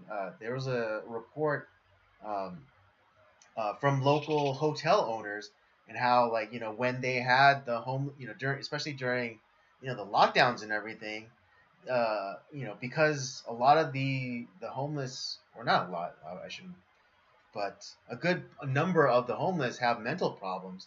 They destroyed the rooms. They, like, they put holes in the wall. They smeared their feces on everything. They broke, televisions. Yeah. And I mean, I don't even know if the government paid for the the damages. Fuck no, they didn't. That was one of the big things. Like, there's yeah, like a motel that's, or a couple of motels like right around like where I work, and they were like furious because there was promises from like the local government that there would be payments to them for this very thing, and they never got it. And so yeah, they actually like sued the kind of like the county to get that money back that they were owed, Mhm. to make those repairs. Right. It was it's just like it's not it man, it's fucking Yeah, and crazy like how I mean, to that point, I'm, because I live in the area and I'm familiar where where your office is. I know, like, right across the street there is a motel, and I don't know if the government, like, took it over proper, but yeah, like the name of the they hotel did. is no longer there. There's bars and stuff, around the facility, where, it used to be a legitimate business, a hotel where people would go and, like, It's yeah, it's not a business anymore. It, it it got taken is over by a the housing. government. Yep. Yeah, and I mean, Yeah. and not too far down the street, across from an elementary school, they're building, like, like some sort of, like, housing as well. And I mean, and that, like, Yeah. literally That's a across the great idea. street from a elementary school. And I mean, Yeah, that's a great. yeah, and that's gonna attract all sorts of unsavory characters. I mean, so I'm Yeah. sorry to say it, but it's the truth. Because where my friend's shop is, it used to be a very vibrant, um, business center. Yep. But then Yeah. a homeless shelter came in, and it went to shit. There's, like, my friend's shop had, like, They took over that skate a land, number right? of break yeah, like where Skateland used to be. My friend's shop had multiple break-in attempts. Um, many homeless encampments. Like, one of, like, the largest. There's, like, so much, like, garbage and stuff. Like, they finally, moved them along, but, like, for a while they were given license to, run roughshod. Just and, like, and the smell of, human waste is just, like, almost constantly in the air in that area. Jesus. Yeah, I mean, it's because, like, when I'm out there with customers, like, doing, like, test rides and stuff, every once in a while, like, a little, like, waft will come in, and, like, like, you get double nostrils full of it. It's like, oh, and you try to do your best to, not not look like you notice, and just, have the customer go on their test ride. But yeah, it's rough. Yeah, man. It sucks. And yeah, I mean, and to that degree, I mean, that's where we had like one of our major freeways essentially like burned to the ground. Yeah, we had so in Los Angeles, one of our major freeways is the 10 freeway, and it's a major connection throughout Los Angeles. And there was a under under one of the overpasses. There's this giant pallet yard, and obviously, like as the weather gets colder, you know, the homeless are gonna they build fires, and they don't do it to a very sound way. We've had a number of buildings that have been burned down because of the fires that the homeless set, for warmth or whatever they're doing, whatever they're using it for. I actually had the post office I work at nearly burned down because of that. But the type of wood that was being burned so fucking hot that it nearly collapsed the structure of the freeway to the point where you can't drive on it because it's going to collapse the fucking freeway. And now what they're going to have to do is tear the whole goddamn thing down and rebuild it. That is nuts. And nothing's going to be done, but something has to be done. I don't know what it is that needs to be done at the moment. I don't have a solution to it. But god damn, that Well, I mean, you can't. Yeah, that is gonna that's gonna fuck things up for a long yeah. time. And I mean, I have a solution. It's not going to be popular, but you know, it's self evident, and that would be to enforce the law, because it is illegal. Oh, It's a Andy, no. because it's illegal to camp within the city. Yeah. It's illegal. So what should happen is they should be arrested. And I mean, oh, you heartless monster. It's the law. It's a law. I mean, just think. Yeah, I know we changed it recently, but think about like even all the smash and grab laws that or the smash and grab robberies that are happening right now. Like before, we would put a stop to it. We'd have a deterrent. You break the law, you go to jail. But now look what happened. We changed the law, so like if you steal under $1,000, it won't be prosecuted. I mean, just similarly with this, like, oh, because you're homeless and you live on the street, oh, compassion, because we shut down all of the state-run mental facilities. It's like, oh, compassion. Yeah, compassion. I'm all about compassion. Compassion is great, but compassion without a plan is no good. I think compassion is, enforcing the law. Yes. And to be honest, it's a good way. Like, honestly, like a lot of these guys, maybe it dries them out or like help. Oh, yes, kind of. yes. I mean, yeah, I know. I realize there are drugs within prisons, but if these people can get away from these predatory dealers, and get and separate them from the free government money that sometimes that these people get, I think that would be that'd be a very compassionate thing to do, to put them in prison so that predatory drug dealers can't get to them. Yeah. And then also for them to dry out, as it were. I think that it's they're in prison. It's gonna go on their record, but you know what? At least they're out of the reach of might save their life. Might save their lives. Might save. It might save their lives, and that's doing more and these bleeding hearts who are saying like, oh, compassion, compassion, compassion. Let them live on the street. Let them live in like their own filth. Let predatory drug dealers uh, uh, let predatory drug dealers keep predating on them, or Yeah, take let these advantage of guys them. suck them off like a dime bag. It's Andy, you monster. You want to enforce the law? How I could know. you? I'm like Hitler. I get it. Yeah.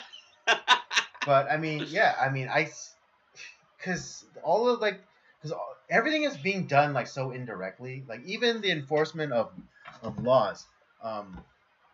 The site that I go that my church goes to minister to the homeless. They've started putting down K rails.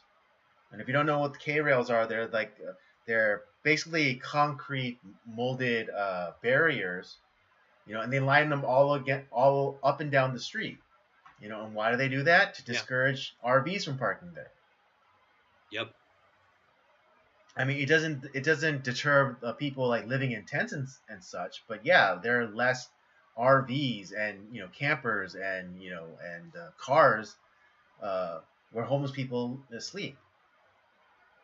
But if all they would do is impound like ticket and impound vehicles, then guess what? You would drastically reduce the amounts of people parking there if you just Yep. enforce the law. Again, I know it's Crazy. a You're radical crazy. it's a radical idea. I know I'm proposing a radical Stop idea. it. You're twisting my mind around. Like just stop with your I know. Just nonsense. call me Mussolini.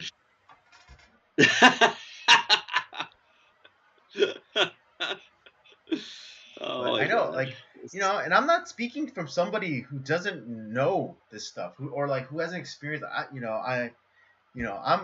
out there, every, twice a month, ministering to ministering to the poor, giving out, food, giving out clothes, talking with them, listening to their stories, and it's Yeah. I mean, you among most people you're more of an expert on like what's going on than the majority of people, and even you're like, yeah, just enforce the fucking law. yeah, and I And mean, these yeah, people are gonna hear that's that. gonna help. That's gonna help them a lot. It's gonna help a lot. Yes, Not just for society, not just because we want to get rid of these people, but it's gonna help them too. precisely, and people are gonna hear my suggestions and be like, "Oh, you heartless animals!" Like, What what are are you you doing? doing? Yeah, What is that yeah, you doing in this yeah, situation? Nothing. exactly. Yeah, I'm actually going out and like meeting with these fucking people. And you call me a heartless? Fuck you. That's what I would tell them. Go fuck yourself. yeah, well, yeah. Robert's Seriously. my inner voice right now. But yeah, I mean, yeah, I've held their hands. I've laid my hands on them for prayer.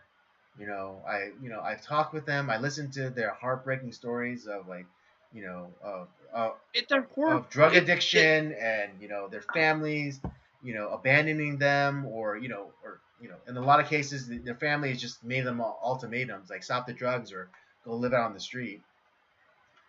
Um, And that's like I said, they are self-inflicted wounds. The majority of those mm, cases, it's so there is like I can see an element of people who are just like, yeah, well, you did it to yourself, so that's what you get. But yeah, at the same time, they are heartbreaking stories because I don't think that these people want to do. They don't want to be in that lifestyle. I don't think so. yeah, I mean, yeah, of course. There's constant struggles, because I mean, I've shared this story, but like, there's a guy who we see every once in a while who's constantly saying like, oh yeah, I want to get off, I want to get off the drugs, I want to get into treatment, I want to turn my life around, and we're like, great, yes, praise the Lord, and then the next week it's like, he comes in days and it's like no, I'm okay, I'm good. But it's just like, it's like Satan grabs him yeah, back, and that's the thing. It's like where because he doesn't have that accountability. He doesn't have that person, and like I said, he doesn't have the home of somebody that's looking out for him. It's like, no, we're not going to do that again. We're going to come back here. We're gonna fight this, and we're not going to give in to those temptations. right, yeah, and I mean, yeah, we're constantly, Yep. yeah, we're constantly offering, I mean, not to get the people to treatment. I mean, because yeah, we're not partnered, but we're affiliated with a church up north in Vacaville, like near Sacramento, and they have a treatment program. So, yeah, And we're constantly advertising. Hey, if you ever want to get off the streets, get out, get treatment for drugs. We know a place, and those and that church that people no God will provide. God will provide church. They'll actually come. They'll send people down from Vacaville down here. They regularly come down here to do ministry.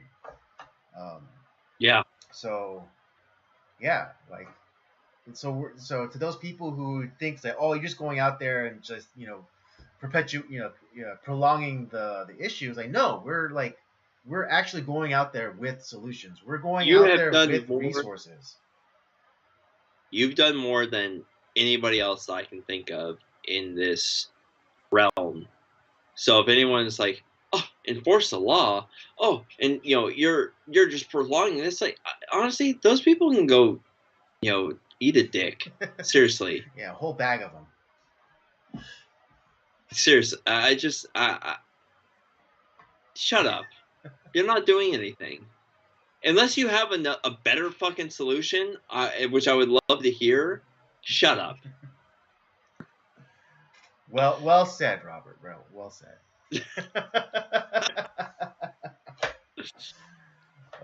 But yeah, it just like yeah, this is what's going on in our state. This is what we have to deal with. I don't know, man. I don't. Like I said, I always talk about it all the time how I'm so glad that I'm a Christian because otherwise I would have zero hope Oh yeah. on anything. I would honestly I would give up a long time ago. I was like, fuck the homeless, fuck this state, fuck everybody, and I would go and just take whatever I can take for myself and forget everything else. But that's not how I'm built. That's not what I believe. Um, God has left me in this state for some reason. I was looking for avenues to escape, I know. I and remember. that is not what's happening now. So I was like, okay, I'm gonna stay in this state. Everything, is obviously everyone that I know and love is here. I don't I would be having to start completely over from scratch somewhere else, but no, God wants me to remain here, so remain here I will. I don't know why that is, but I'm gonna stay. So I these are the problems I have to deal with. Indeed. Yeah. I mean, yeah. It's just like if they would just enforce that one law, no camping, it would solve. I mean, it wouldn't solve everything, but it would solve a lot. It would definitely diminish the number of structure fires. Hell, even wildfires. A couple of years ago, in Malibu, there was a wildfire that started off by some homeless people, you know, up in the hills, who started a fire. Yeah. Again, either for warmth or to cook a meal. But Yep. again, if we just enforce the no camping law, a lot of things would a lot of that would solve a lot of things. Yeah. That's we had our Chase Bank Oh yeah, that's right. Yeah. it like burned down because of that. Mm-hmm. It still has not been Dude, built back up. they're not coming back to there. They're not coming back to that location. Nothing's been built Yeah. there. It's just a foundation now. They did rebuild a new foundation because the foundation was Right. fucked up. So they built a new foundation. That's it. Yeah, it's kind of like the old Acapulco restaurant, over there on Reseda near CSUN. Yeah. They Oh yeah. built out a foundation and they're ready to build the norms, and I could have had steak and eggs whenever I wanted. Fucking bullshit. But with all the lockdowns and everything and stifling construction, like they're not going to be any norms. There's no like new signage saying, "Oh, norms coming soon," or "Oh yeah, I know we're derailed for 3 years, but yeah, norms coming in in 2024." That's why you need to come over to my place so that we can go to But Norms. your wife. Because I have a Norms by me. Well, I'll be honest. There's going to be a lot more time where she's not going to be at home, so you can come over. Coming very soon. Not because I'm divorcing her. No, she's going to be going to school, so I didn't kill her, and she. You didn't bust an Avery, did you? No, so there's gonna be a Netflix docuseries about me and my story soon. Coming soon. Okay. Robert's a piece of shit. I know my interview be like, sorry, the marriage lasted longer than I thought. Yeah. Dude, I went there a couple weeks ago. I was like, fuck, that steak and egg, because it was a rare time like where both Joyce, my wife, and I had a day off. Dude, that steak and eggs was so fucking delicious. I know, can't be beat. I mean, I know now it's a little bit more expensive, but man, at the time, well, one wouldn't. But even now, it's still not that bad. Like, how much are we talking? I spent for what I got for both of us. I spent $50. Oh, but I know you go big. I know you go big. So. I splurged a little bit though, so because I got a side of bacon and all. I got some sides and stuff too. Yeah, I know you do. I know you go big. But like, are we talking like just for the meal itself, like the individual? If we're going, individual just meal, like at menu price, is it like $12.99? Or slightly more. So I got like the really big steak and eggs. That was like $20 by itself. But yeah, if you go like just kind of like the normal like 6-ounce steak and eggs, yeah, it's like $15. Damn, I know it's like, dude, like 15 years ago, $20 fed like 4 people. Now it barely feeds 2. It barely feeds 1, depending on where you go. I mean, but yeah, like even because this morning, me and my dad, we got the deluxe big breakfast, both of us, and it came to almost to about $24. That's fucking ridiculous. But that's the story for another day. All right, well let's all right. Let's go into Shaft Meets Blackula. Let's talk about. You're not wrong. Okay. All right. Dude, I love this fucking movie. Right. Okay, let's get into the last movie review of the night. And that, of course, is for Blade from 1998, starring Wesley Snipes, Stephen Dorff, Chris Christopherson. Could this movie have been cast any better? Impossible. I can't imagine anyone else playing these roles. Indeed. All right, here's the synopsis. A half mortal, half immortal, is out to avenge his mother's death and rid the world of vampires. The modern day technologically advanced vampires he's going after are in search of his special blood type needed to summon an evil god who plays a key role in their plan to execute the human race.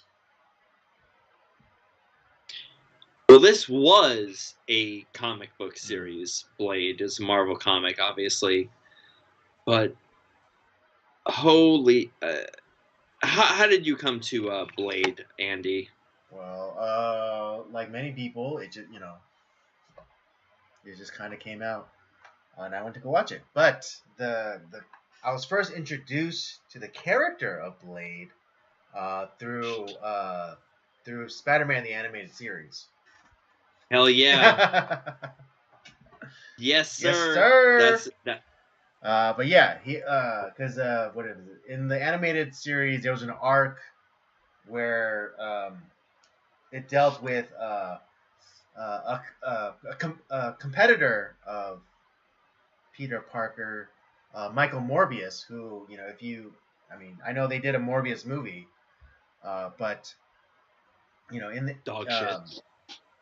what is it? Morbius, eventually becomes a vampire in the series, which then attracts the attention of Blade, and in Spider-Man the animated series, Blade initially thinks that Spider-Man is the vampire, not knowing about Michael Morbius and his transformation. So that's my first. Well, that was my first introduction to the character of Blade. Um, but my first introduction, but the Blade movie was my introduction to the Wesley Snipes iteration of Blade, and yeah, as Robert alluded just moments ago, yeah, absolutely perfect casting. Um, uh, and I think Wesley Snipes was a he worked the hardest to get this movie made, and I know in subsequent films he kind of gets lampooned because of how like serious he takes the role, and like famously, there's the interview with Patton Oswalt when he talks about being on set with Wesley Snipes, and Wesley Snipes only wanting all while on set only wanting to be referred to as Blade. But I think that just goes to his dedication to the character. Yeah, he he cared about the character enough, and it's like it is a he took the role seriously. I think everyone took it seriously. It wasn't like this was not meant to be played as some sort of like joke. And Yeah, but yeah, what Wesley Snipes. I I was just mentioning that Wesley Snipes was the real driving force behind this movie and for its existence. yeah, that he cared about the property Yeah, even a lot. so much that he I believe it was the third movie, the third movie in the trilogy that like his production company is credited, is the main one credited for the production. Yeah, it's like I said, this is it's the sequels maybe are not quite as good, but they're still like pretty solid movies. And like I said, I can't see another. Obviously we're gonna get Mahershala Ali playing Blade, who I do like as an actor. I think he'll do an okay job if they do it right. But man, Wesley Snipes was born to play fucking Blade. I'm sorry, he looks so good in that role. Chris Christopherson as Whistler is great. Did I catch you fuckers at a bad time? There's so many great one-liners in here. It's like motherfuckers always trying to be ice skating Dude, uphill. that's my favorite one. That's my favorite line from Blade. Yes. From Blade, it's like there's always some motherfucker trying to skate uphill. Yeah, it's like it's so fucking great. I like the one-liners are great. The dialogue is fun. I think the and I'm intrigued by like the vampire lore. We talked about this is a prequel to Daybreakers. I mean, this is like what Frost Oh, desired. He was trying to make a world of wait, have you vampires. seen Daybreakers yet? We reviewed it. We did. Yes, Oh, we did. are you sure? Yes, I'm you fucking old I man. You can't remember. know. Yes, we have reviewed Daybreakers on here on the live stream. We talked about it. It's you introduced me to Right, that right. film. It's fucking awesome. Okay. But yeah, it is a prequel to Daybreakers. I mean that's what Frost wanted to create. That's the world he wanted to create, a Yeah, world of World of Vampires. vampires, Yeah, that's right. and where, but it's just like it's. I think the bad guy, Stephen Dorff, as the bad guy as Frost. He's really good. I kind of find him like he looks like he'd be kind of a.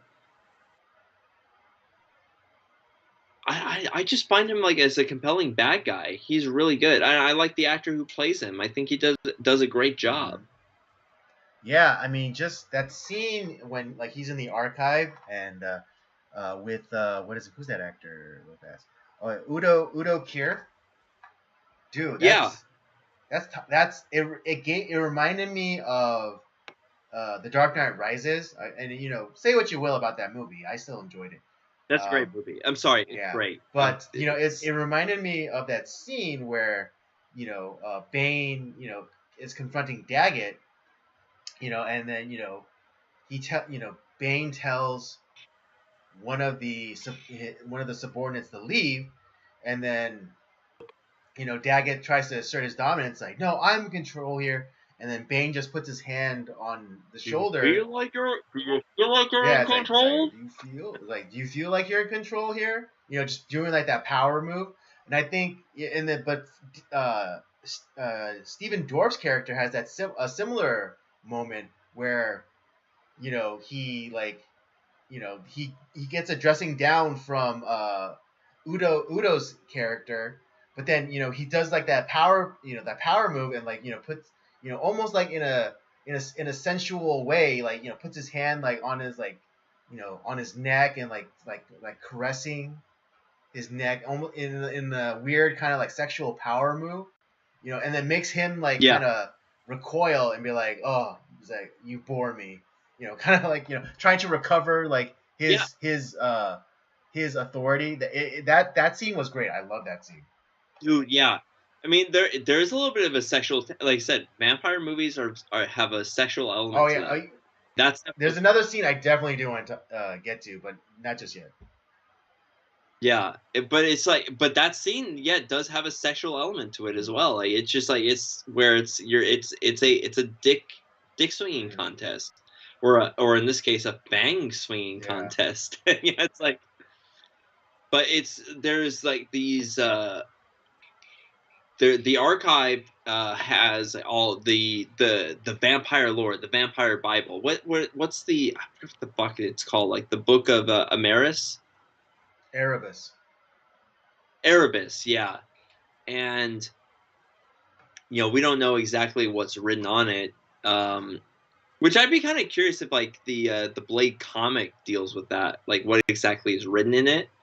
But I'm actually gonna I might look into like maybe acquiring some Blade comics just because I'm kind of curious about the character. But the essentially like what it's this like undecodable, like It's untranslatable. like Latin. The vampire language. Is lost to history, and Right, even the purebloods. Can't read it. don't know. So, but Frost, who is smarter than them, he is utilizing technology to be able to decode it. I mean, that's his entire mission, is decoding this thing, to figuring out like what it says, so that he can fulfill the prophecy that's written Mm. within it. And I don't know, like Frost is. How do you think of him as a bad guy? Do you think he's do you like him as a villain? Do you think he does a good job? I think. Well, I mean, this isn't my own. I got it from somebody else. I can't remember where, but oh yeah, Cinema wins. But Deacon Frost is like the perfect like Gen X villain. Ooh, that's a great way of putting it. Yeah, he's like because he's of that age, range, and of that generation. But it's like yeah, but even just like kind of like that kind of attitude within the late '90s. The kind of like disillusioned like Gen Xer. He plays it. Yeah, He plays it perfectly. he does a great Mm-hmm. job. Yeah, and yeah, he does. I think he's a student of Mm-hmm. history, which is like why he is successful to a certain Mm-hmm. point. And he also wants, because he's not a pureblood vampire. He was Yeah, one he that was was turned. turned Yeah. into a vampire. But why do you think that he wants to? Do you think that he's jealous of the purebloods, or do you think that like he likes the power that has been given to him, and he wants to? He loves being. It seems like he loves being a vampire. Yeah, yeah. But I just think he has greater aspirations. But again, kind of like that commentary about Gen Xer, like he just like he sees the decadence of like the elites, and he doesn't he what's the word I'm looking for? He sees the decadence of the elites, and he's what is it? He's appalled by it. The kind of softness uh, that they exhibit, like in the initial meeting with the vampire elders. He talks about how he condemns them for making treaties with human beings, and he calls human beings cattle. It's like, oh, they're our food, not our allies. And so Yeah, yeah, that label, that disillusioned Gen X vampire, I think is absolutely perfect because he's disillusioned by how the status quo, and so and he has bigger sights, and in a lot of ways he's a nationalist. He's a vampire nationalist. Like yeah, he wants to yeah. He grow really. the vampire nation. That's what I think makes him a compelling villain, because I could see like where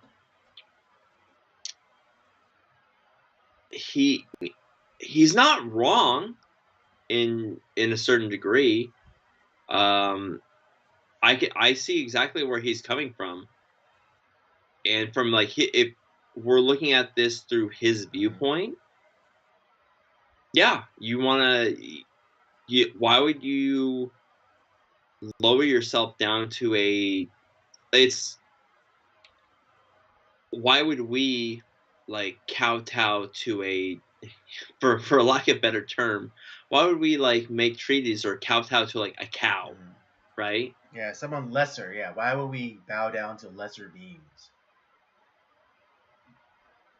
Exactly. So I can see like where he's coming from, and he feels like we should be like more.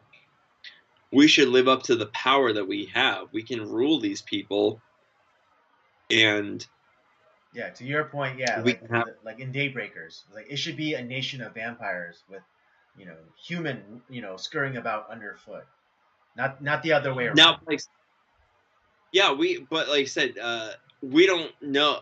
He doesn't understand like what those consequences would be, which is honestly, Blade and Daybreakers would be a great double Mm. feature. Like Blade, like I said, Daybreakers is what would happen if Deacon Frost won. Ooh, I like that. That's what that Mm. movie is. That's what Daybreakers is. Um. So yeah, I find that this movie is, and like I said, the action is Mhm. great. I think the story is like really interesting. It kind of locks you in. You have great one-liners. The You also, like, similar to Underworld, you do have like this underworld of like vampires and like the struggle for power, within the vampire ranks, and you have your main character who fucking hates vampires because he is partly one himself. What's fucked up too is, like, Frost is the one that bit Blade's mother, Blade's yeah. mom, While he was still in which utero. yeah, and which turned him into the Mhm. Daywalker. Do you think that that was on purpose? Do you think that he was trying to attack pregnant women because the Daywalker was important for the prophecy? Right. Do you think that that was done on purpose, or was that I on think it accident? is because only if Deacon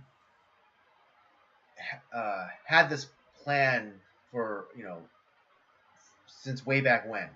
Because in the movie, it makes it seem like he's only recently been researching this.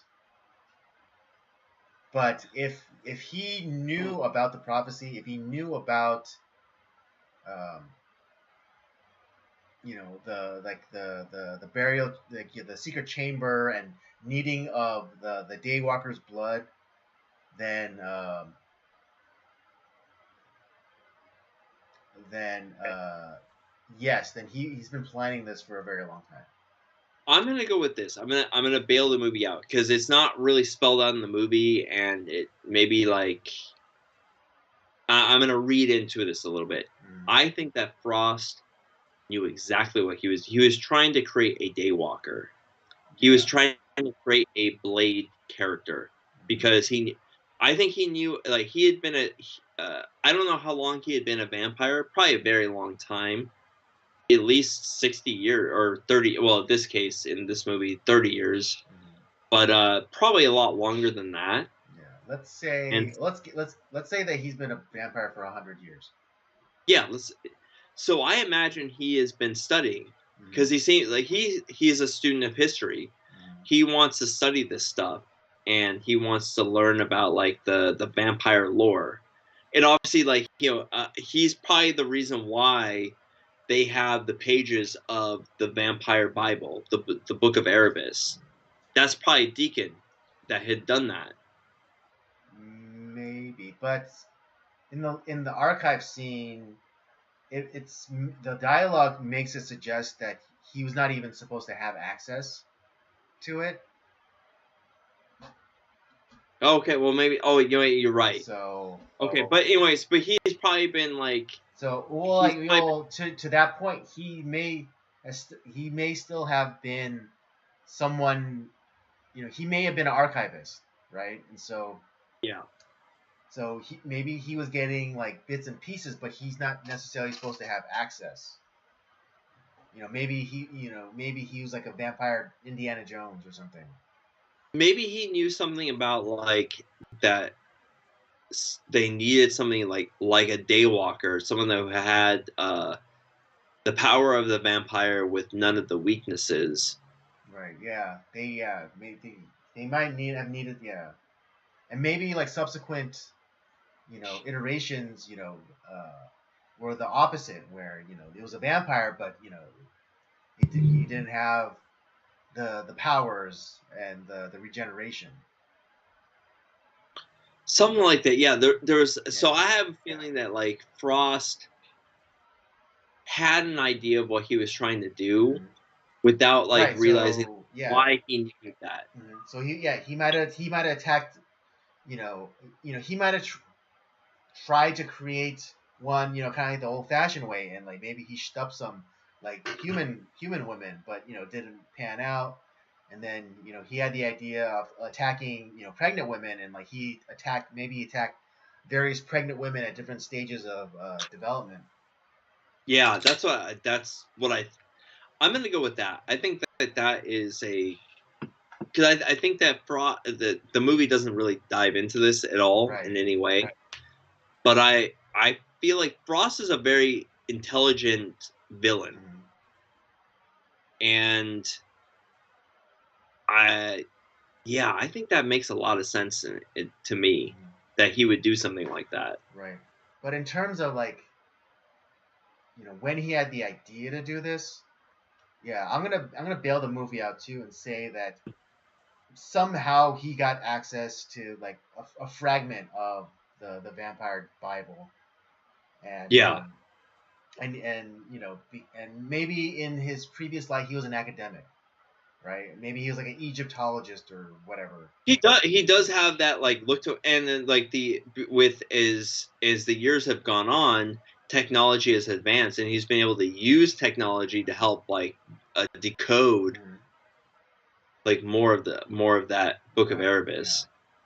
So maybe he had access to like all the other like archives, but not specifically the ancient texts and like the Book of Erebus. He wasn't allowed, he wasn't Right. allowed to access that. But he was, maybe he cataloged, maybe he, you know, maybe he helped archive, and maybe that's how he gained knowledge of this prophecy. Yeah, I wonder like if the comics dive into like this guy's backstory, or if he's like one of the, like I said, I know nothing of the Blade comics Right. at all. Mm-hmm. I wonder if Frost is part of that, Mm. and I would love to know if like they dive into his backstory, because that would be really interesting. Right. Because Or if they, because I wish, because as good as the second one is, I do wish they kind of fleshed out more, this, the like the vampire scripture, as yeah, opposed to taking, that's as opposed to something making a left and then going like this whole like sci-fi, body horror route. I mean, I understand it was Guillermo del Toro that directed the second one, but yeah, I wish they would continue. I wish they continued that thread from the first one. yeah, that's the thing. And I think maybe because you're having another director come on and work on it like with a different vision for the story, because Stephen Norrington is the one that did this one. Yeah. And I didn't realize it was Del Toro that did the second one. That's Yep. who I like. He's a great director, but I would have liked to have seen a singular vision for the trilogy, and I think that would have helped make things a little bit better. Oh, no way.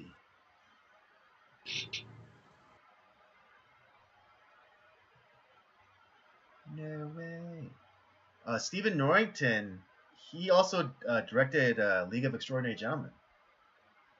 Oh shit, that's right. No way.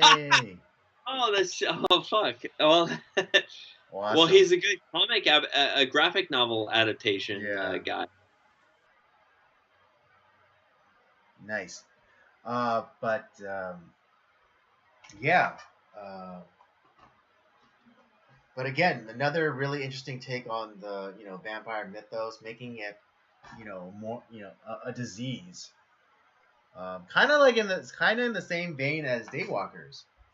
Um, Yeah. But in Daywalkers it's self-inflicted, but in Blade, they made it a virus, they likened it to a virus.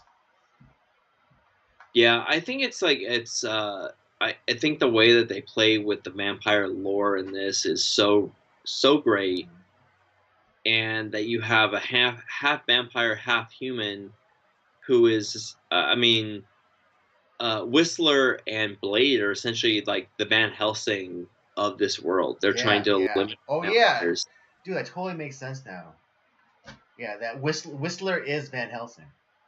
Yeah, he totally Finkel is Einhorn. Yeah. But Chris Christopherson is so great in that role. And did I catch you fuckers at a bad time? It's like it's just And Wesley Snipes is born to play fucking Blade, dude. He's so good.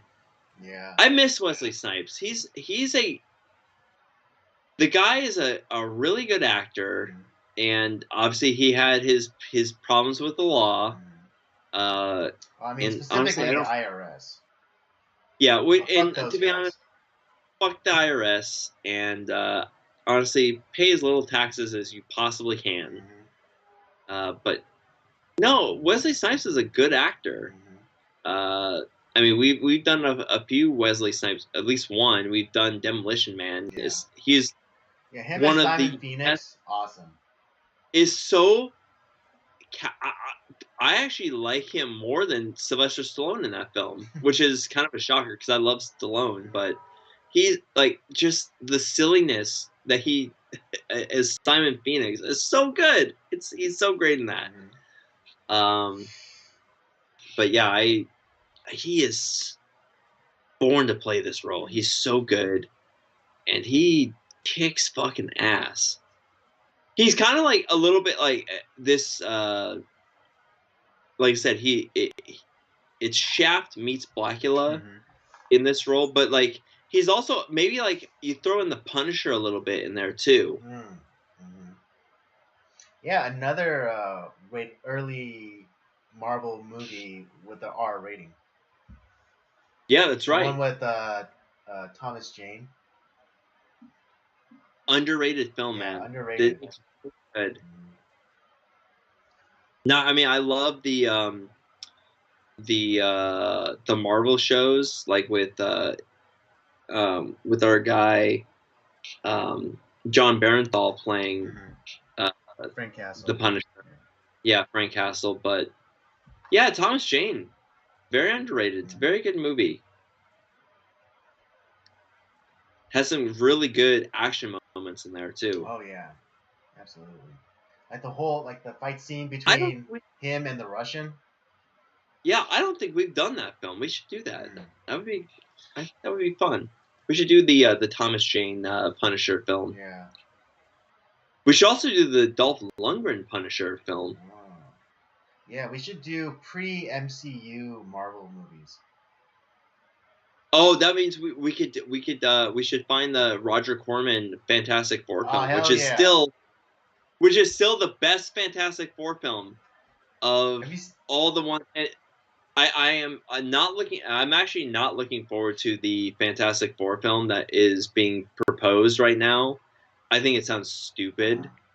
With Pedro Pascal as Reed Richards, fuck that. Yeah. And they're trying to turn Silver Surfer into a woman. So I'm like, why?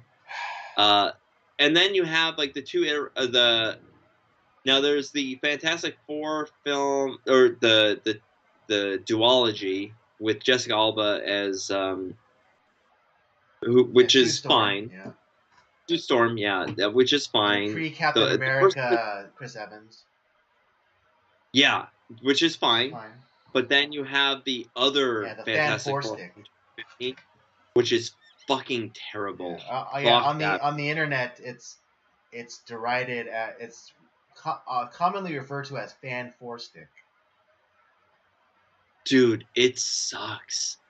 With what's Miles his face Teller and Michael B. Jordan. Miles Teller. It's like great actors. Not this film. This film sucks. Donkey balls. Yeah, this movie was, and Fan Four Stick. That was a petty move from Fox, because they had to make another Fantastic Four movie. Otherwise, the rights the rights revert back to Marvel for the Fantastic Four and all subsequent characters therein. So yeah, Fan Four Stick was was a fuck you move from Fox to keep the rights. See, that's the thing. Like, had that film not been made, the Fantastic Four would have been into the MCU at the time, like when they were actually doing good stuff. We could have gotten a really good Fantastic Four film. Right. Now we're in like now that they have Fantastic Four back, I have a feeling we're gonna get like a dog shit film. Yeah, I'm not optimistic about Fantastic Four under current management. Let's just say. No, no. So once again, the best Fantastic Four film that is available to watch is the Roger Corman one. It's actually it's not great, but it's still pretty good. I had to admit, I've seen it. It's not bad. Yeah. Yeah. I know. It's the what is it? It leans very much from like the '60s source material. Yes.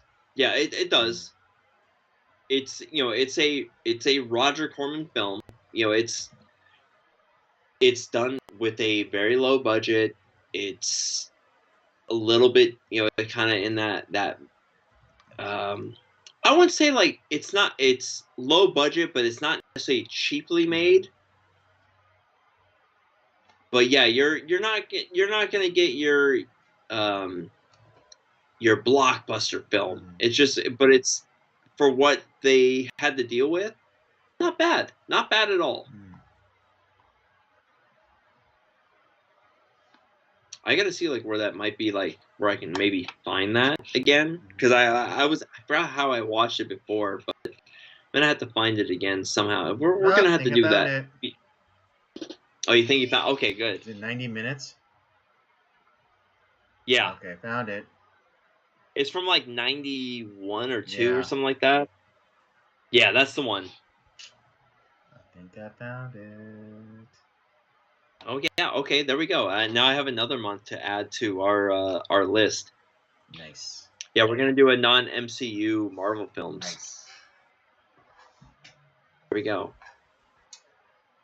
But Oh god. Or then I guess we should do like Daredevil then. Oh. I mean, it is pre-MCU. Yeah. But But yeah, yeah, but there's a lot of this movie had such a bigger effect than what people realize. I mean, even the term daywalker, like that, this movie popularized that term. For someone who like yeah. has like a foot in both worlds, like that's where this Yeah. movie Yeah, you're popularized right. that term. And even familiars, kind of like in the Underworld series, uh, the vampire familiars were the lichens, That's but in right. this one it's humans who potentially want the gift of immortality through serving vampires. Yeah, and because we don't even get that back in like the Universal or even the Hammer vampire films. They're not called familiars. That's where it comes from here. Yeah, now we like apply it to anyone who's kind of like a sycophant, who like particularly in politics, who is like a sycophant and who like kind of like those um those kind of like blue pill content creators who are constantly like sniffing the balls of the DNC or like other like kind of progressive types to maybe someday be elevated to that level. That's the same idea, familiar. Yeah, or some people refer to like people like the Renfields, like they're drawing people to because Renfield is from the original Dracula. He is the what would be considered a familiar Right. in the Blade world. So, yeah, this film is. I think this film is like one iconic. It's important. It changed the scope of comic films. I think it brought Marvel back from the brink of disaster. Because I don't. If this film did not do well, we would not have what we Right. have We wouldn't have the now. MCU. We wouldn't have the No. the X-Men universe, early on in Fox. Yeah. Yeah, I mean, we wouldn't have had the Infinity Saga. I mean, Blade essentially kicked off the resurgence of the comic book film because after Batman and Robin, which was a fucking shit Yeah. show, that movie's so bad. Um, I think people were turned off to comic book films, and like, I think people were tired of the kind of the Hmm. campiness that was brought by the Batman Or at least definitely by the movies. Schumacher Batman movies. Yeah, the Joel Schumacher, slash Tim Burton Batman films. Well, I mean They the Schumacher movie, the Batman movies that still took place in the Burton universe. Yeah, which were the first two were good. I'm actually not a huge fan of the Tim Burton Batman that much. I don't. It's okay. I don't think it's as great as people remember, um, Yeah, I but mean, though it kind of but it kind of was trying to mix the world of the campiness of the Adam West Batman that people mm, liked and trying to make it serious as well. And it was just like it was this weird fusion that didn't quite work, but it was popular enough that people cared about it. mm, But the this film by Marvel, Blade, using kind of a third tier tertiary mm. character really changed things, Right? Because and it like, made like who knew? I mean, outside of little kids who watched Spider-Man the animated series, who knew who Blade was? Nobody. nope, nope, But yeah, this movie like brought him into like the public, consciousness. hell yeah, it did. But fuck, man, this is a great film. Mm. Uh, would you say that you like this more than Underworld?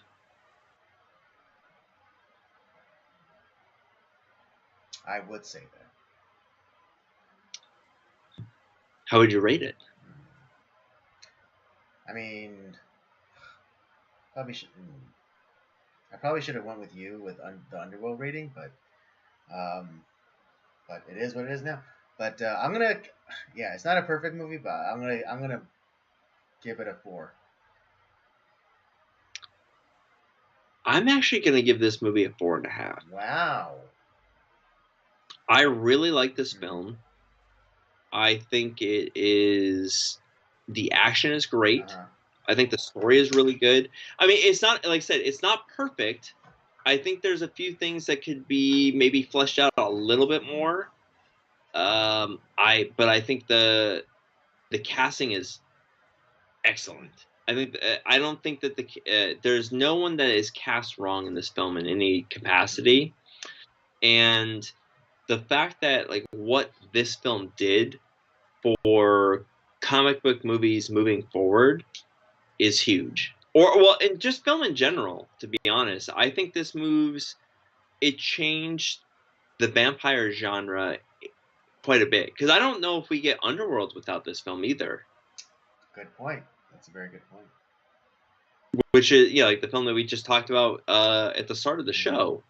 Yeah, I don't think we get Underworld. I don't think we get some of these like kind of like neo horror films, horror action films without Blade.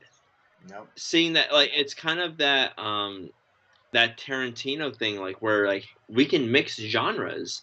We can make a horror film but like make it like an action film at the same time, which is what this is. It sure is. Uh and it's all at the same time it's also a comic book film. It's a comic book adaptation that is done I think very Mm. well. So and say what you will about the sequels, which I don't think are quite as good, Mm. but they're still solid enough. And I, yeah, I think this movie's great. It's great. I love it. Yeah, in defense of the direct sequel, I think I still liked it, but I wish they had continued the thread from this movie. Yeah, and I think that also has to deal with them changing directors and possibly like the writing staff as well. Maybe the writing staff moved on to do other projects, and so you don't keep Well, I that know, same like, thread. someone who's really well known within like the comic book movie genre is David S. Goyer, and he wrote for this movie Yeah. as well as the. I'm not sure about this. I'd have to look it up. The not I'm not yeah the about the second one, but I know he wrote for the third movie. Oh, okay. Yeah, that I'd have to look that up, but yeah, it's like I said, it feels like the second one is still good. I just don't think it's as good as the first one. And I like the third one. A lot of people shit on the third one, but I actually don't hate the third one. I know a lot of people didn't like how Wesley Snipes was, as far as like the way that he acted behind the Oh scenes wait, he with other did. people. Yeah, he did. David S. Goyer did write the second one. Oh, did he? Yeah, Okay. and I Well, mean, he does get some shit because he. I don't know if he was solely responsible, but he might have contributed for the writing in Suicide Squad, the first one. good Yeah. lord, fuck. That movie But sucks. yeah, but David S. Goyer is a name within like the comic book movie sphere, and he generally does good work. Yeah. Well, like I said, he helped make Blade a good movie. I think it's great. I like I said, it's not perfect, but it's to me it's 4.5. Great, love it. Alright. I'm probably I might have to buy the Blade trilogy at some point. Like I gotta add that to my physical collection. Oh, All right then. I don't know if your eyes were attuned, but someone from a movie that I introduced you to that you absolutely love is in Blade, in this Blade movie. It's really fast. You probably didn't even notice, but Well, I know, uh, like the initial like opener. I don't know if you know the guy that the blonde guy that's being like kind of brought to yeah, the rave. the rave. That is a character that is that I remember from a TV show called The Uh, Shield. He's mm, Lem from The Shield. But I don't know if yeah, I maybe I missed he it. was a What you're he was a the character? goon. He was a goon, and it'd be like it's a blink and you miss them kind of thing. But he played one of the goons when they were inside the archive, and he was in Best of the Best. Oh, yes, the Asian Yeah, guy. yeah, that was Yeah. Simon Okay. Rhee who played Dahan, the villain in the first Yes. Best of the Best. Oh man, I knew it. I was like, I know that guy from somewhere. I couldn't put my Yeah. finger on it. Yes. Fuck that movie. That movie fucking rocks. Dude, I to be honest, I'm thinking like I'm hoping that my other not Heidelberg, but I'm hoping my other co-host John has not seen Best of the Best because I'm a huge advocate for Best of the Best now. I'm gonna have to add that to the list on Cinemigos. I'm hoping you have not seen that film, brother. I hope because I want to talk about that film again. It's so good. Because I actually my next pick that's going to be coming up on the rotation because we're a few months ahead on our episodes, but I'm going to be bringing up Pool Hall Junkies here pretty soon because you turned me Yeah. on to that, and I want to tell everyone about that film because I think it's so Right. fucking good. Pool Hall Junkies is The Hustler is the greatest pool movie of all time. It's the second greatest pool hall film ever. It's so good. Yeah. But yeah, Best of the Best. Oh my god. I think that's Eric Roberts' best film. Like it's maybe that and The Pope of Greenwich Village. Oh. Oh yeah, he's in that movie. He plays They loves Charlie. yeah, it dug my thumbs. That's a film we got to do too. I love that movie. It's so Uh, good.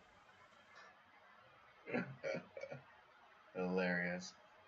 But all right, man. All right. Anything else that we got to talk about Blade or what are we doing next week? What film are we talking about next week?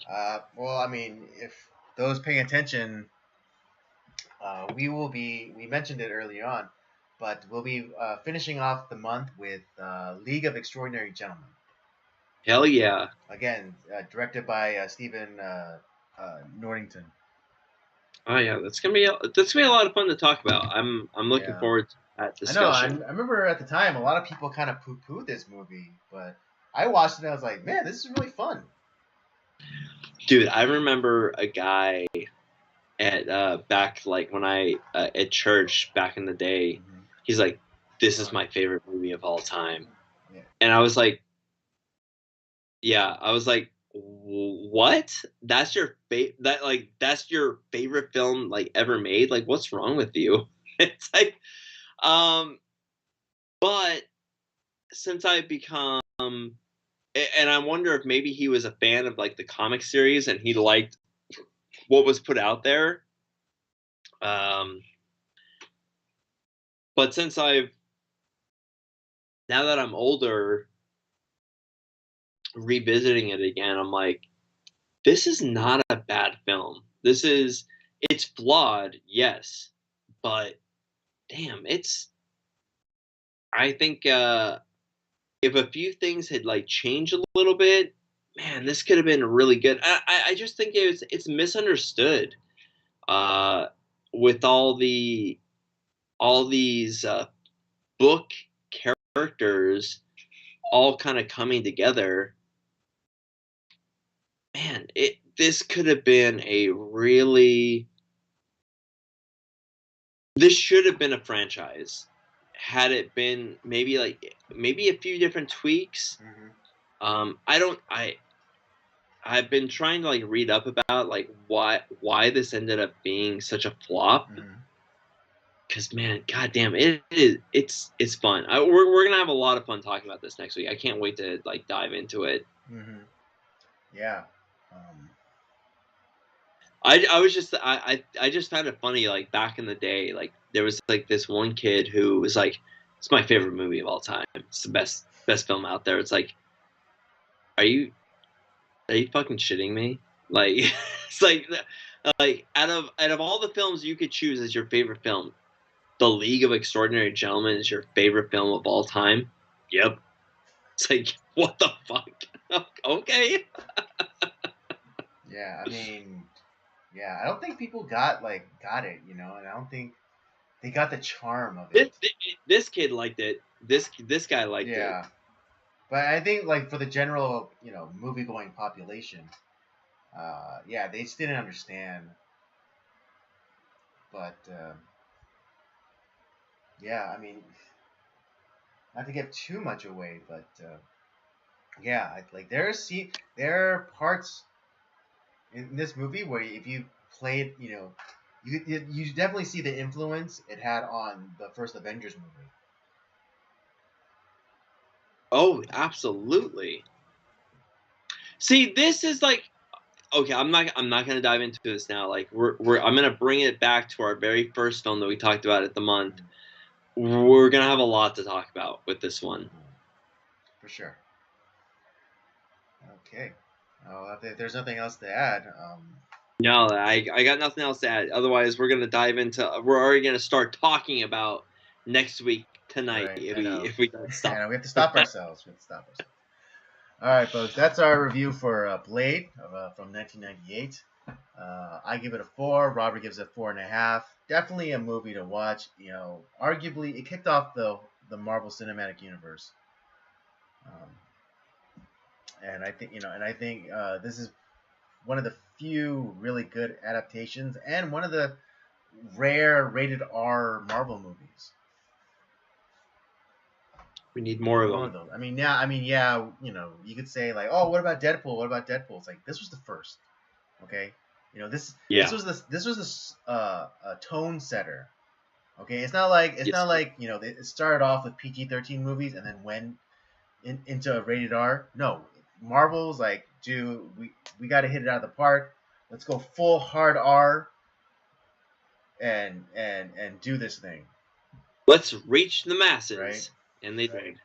Yeah, and I mean, despite its rated R, despite its rating as R, this movie like did gangbusters. You know, Dude, and it, despite like the gore and like the sexual, innuendo and whatever. Oh, that's another thing I wanted to quickly talk about. You know, the kind of the subtle, sexuality of it. But at the end, when Blade is basically bled dry, and Karen offers himself, dude, that's a sex scene. dude, I'm telling you, vampire movies are very sexual. Mhm. There the idea of like where you're giving your like Yeah, like you fluid transfer. dude these are that was a sex That was a scene. sex scene. And it's like Oh, it's a low. I mean, it's a low key sex scene because the girl she enters this guy's world and slowly starts becoming a part of it, and so and she offers herself to him to bring him back to life. Dude, that was a yeah, fucking sex scene. yeah, and that I think we're gonna have to do a vampire month next year too, Hmm. because there's some really great vampire films that we should touch on. Yeah, just as long as we don't do Twilight. No, that okay, that fuck that shit. We're not doing some like glowy ass like no, we're not doing Twilight. All right. Okay, maybe for Schlocktober, but not for. All right, not in earnest. Okay. Okay, so yeah, there you have it. Uh, that brings us to the end of our stream tonight. I hope you had a good time. I had a good time. I know Rob always has a good time. Always. If you enjoyed the stream, don't forget to check out the library of other content that we have. The Circle of Jerks main podcast, old episodes on Nocturnal Transmissions, of course, and Rob's gaming show Up by Up Down. Don't forget to follow us on our various social media accounts, Twitter and Letterboxd at PodcastCO, or X now, at PodcastCOJ, and Instagram at Circle of Jerks Podcast. And with all that said, we thank you for joining us tonight. Come back next week and we'll do it all over again.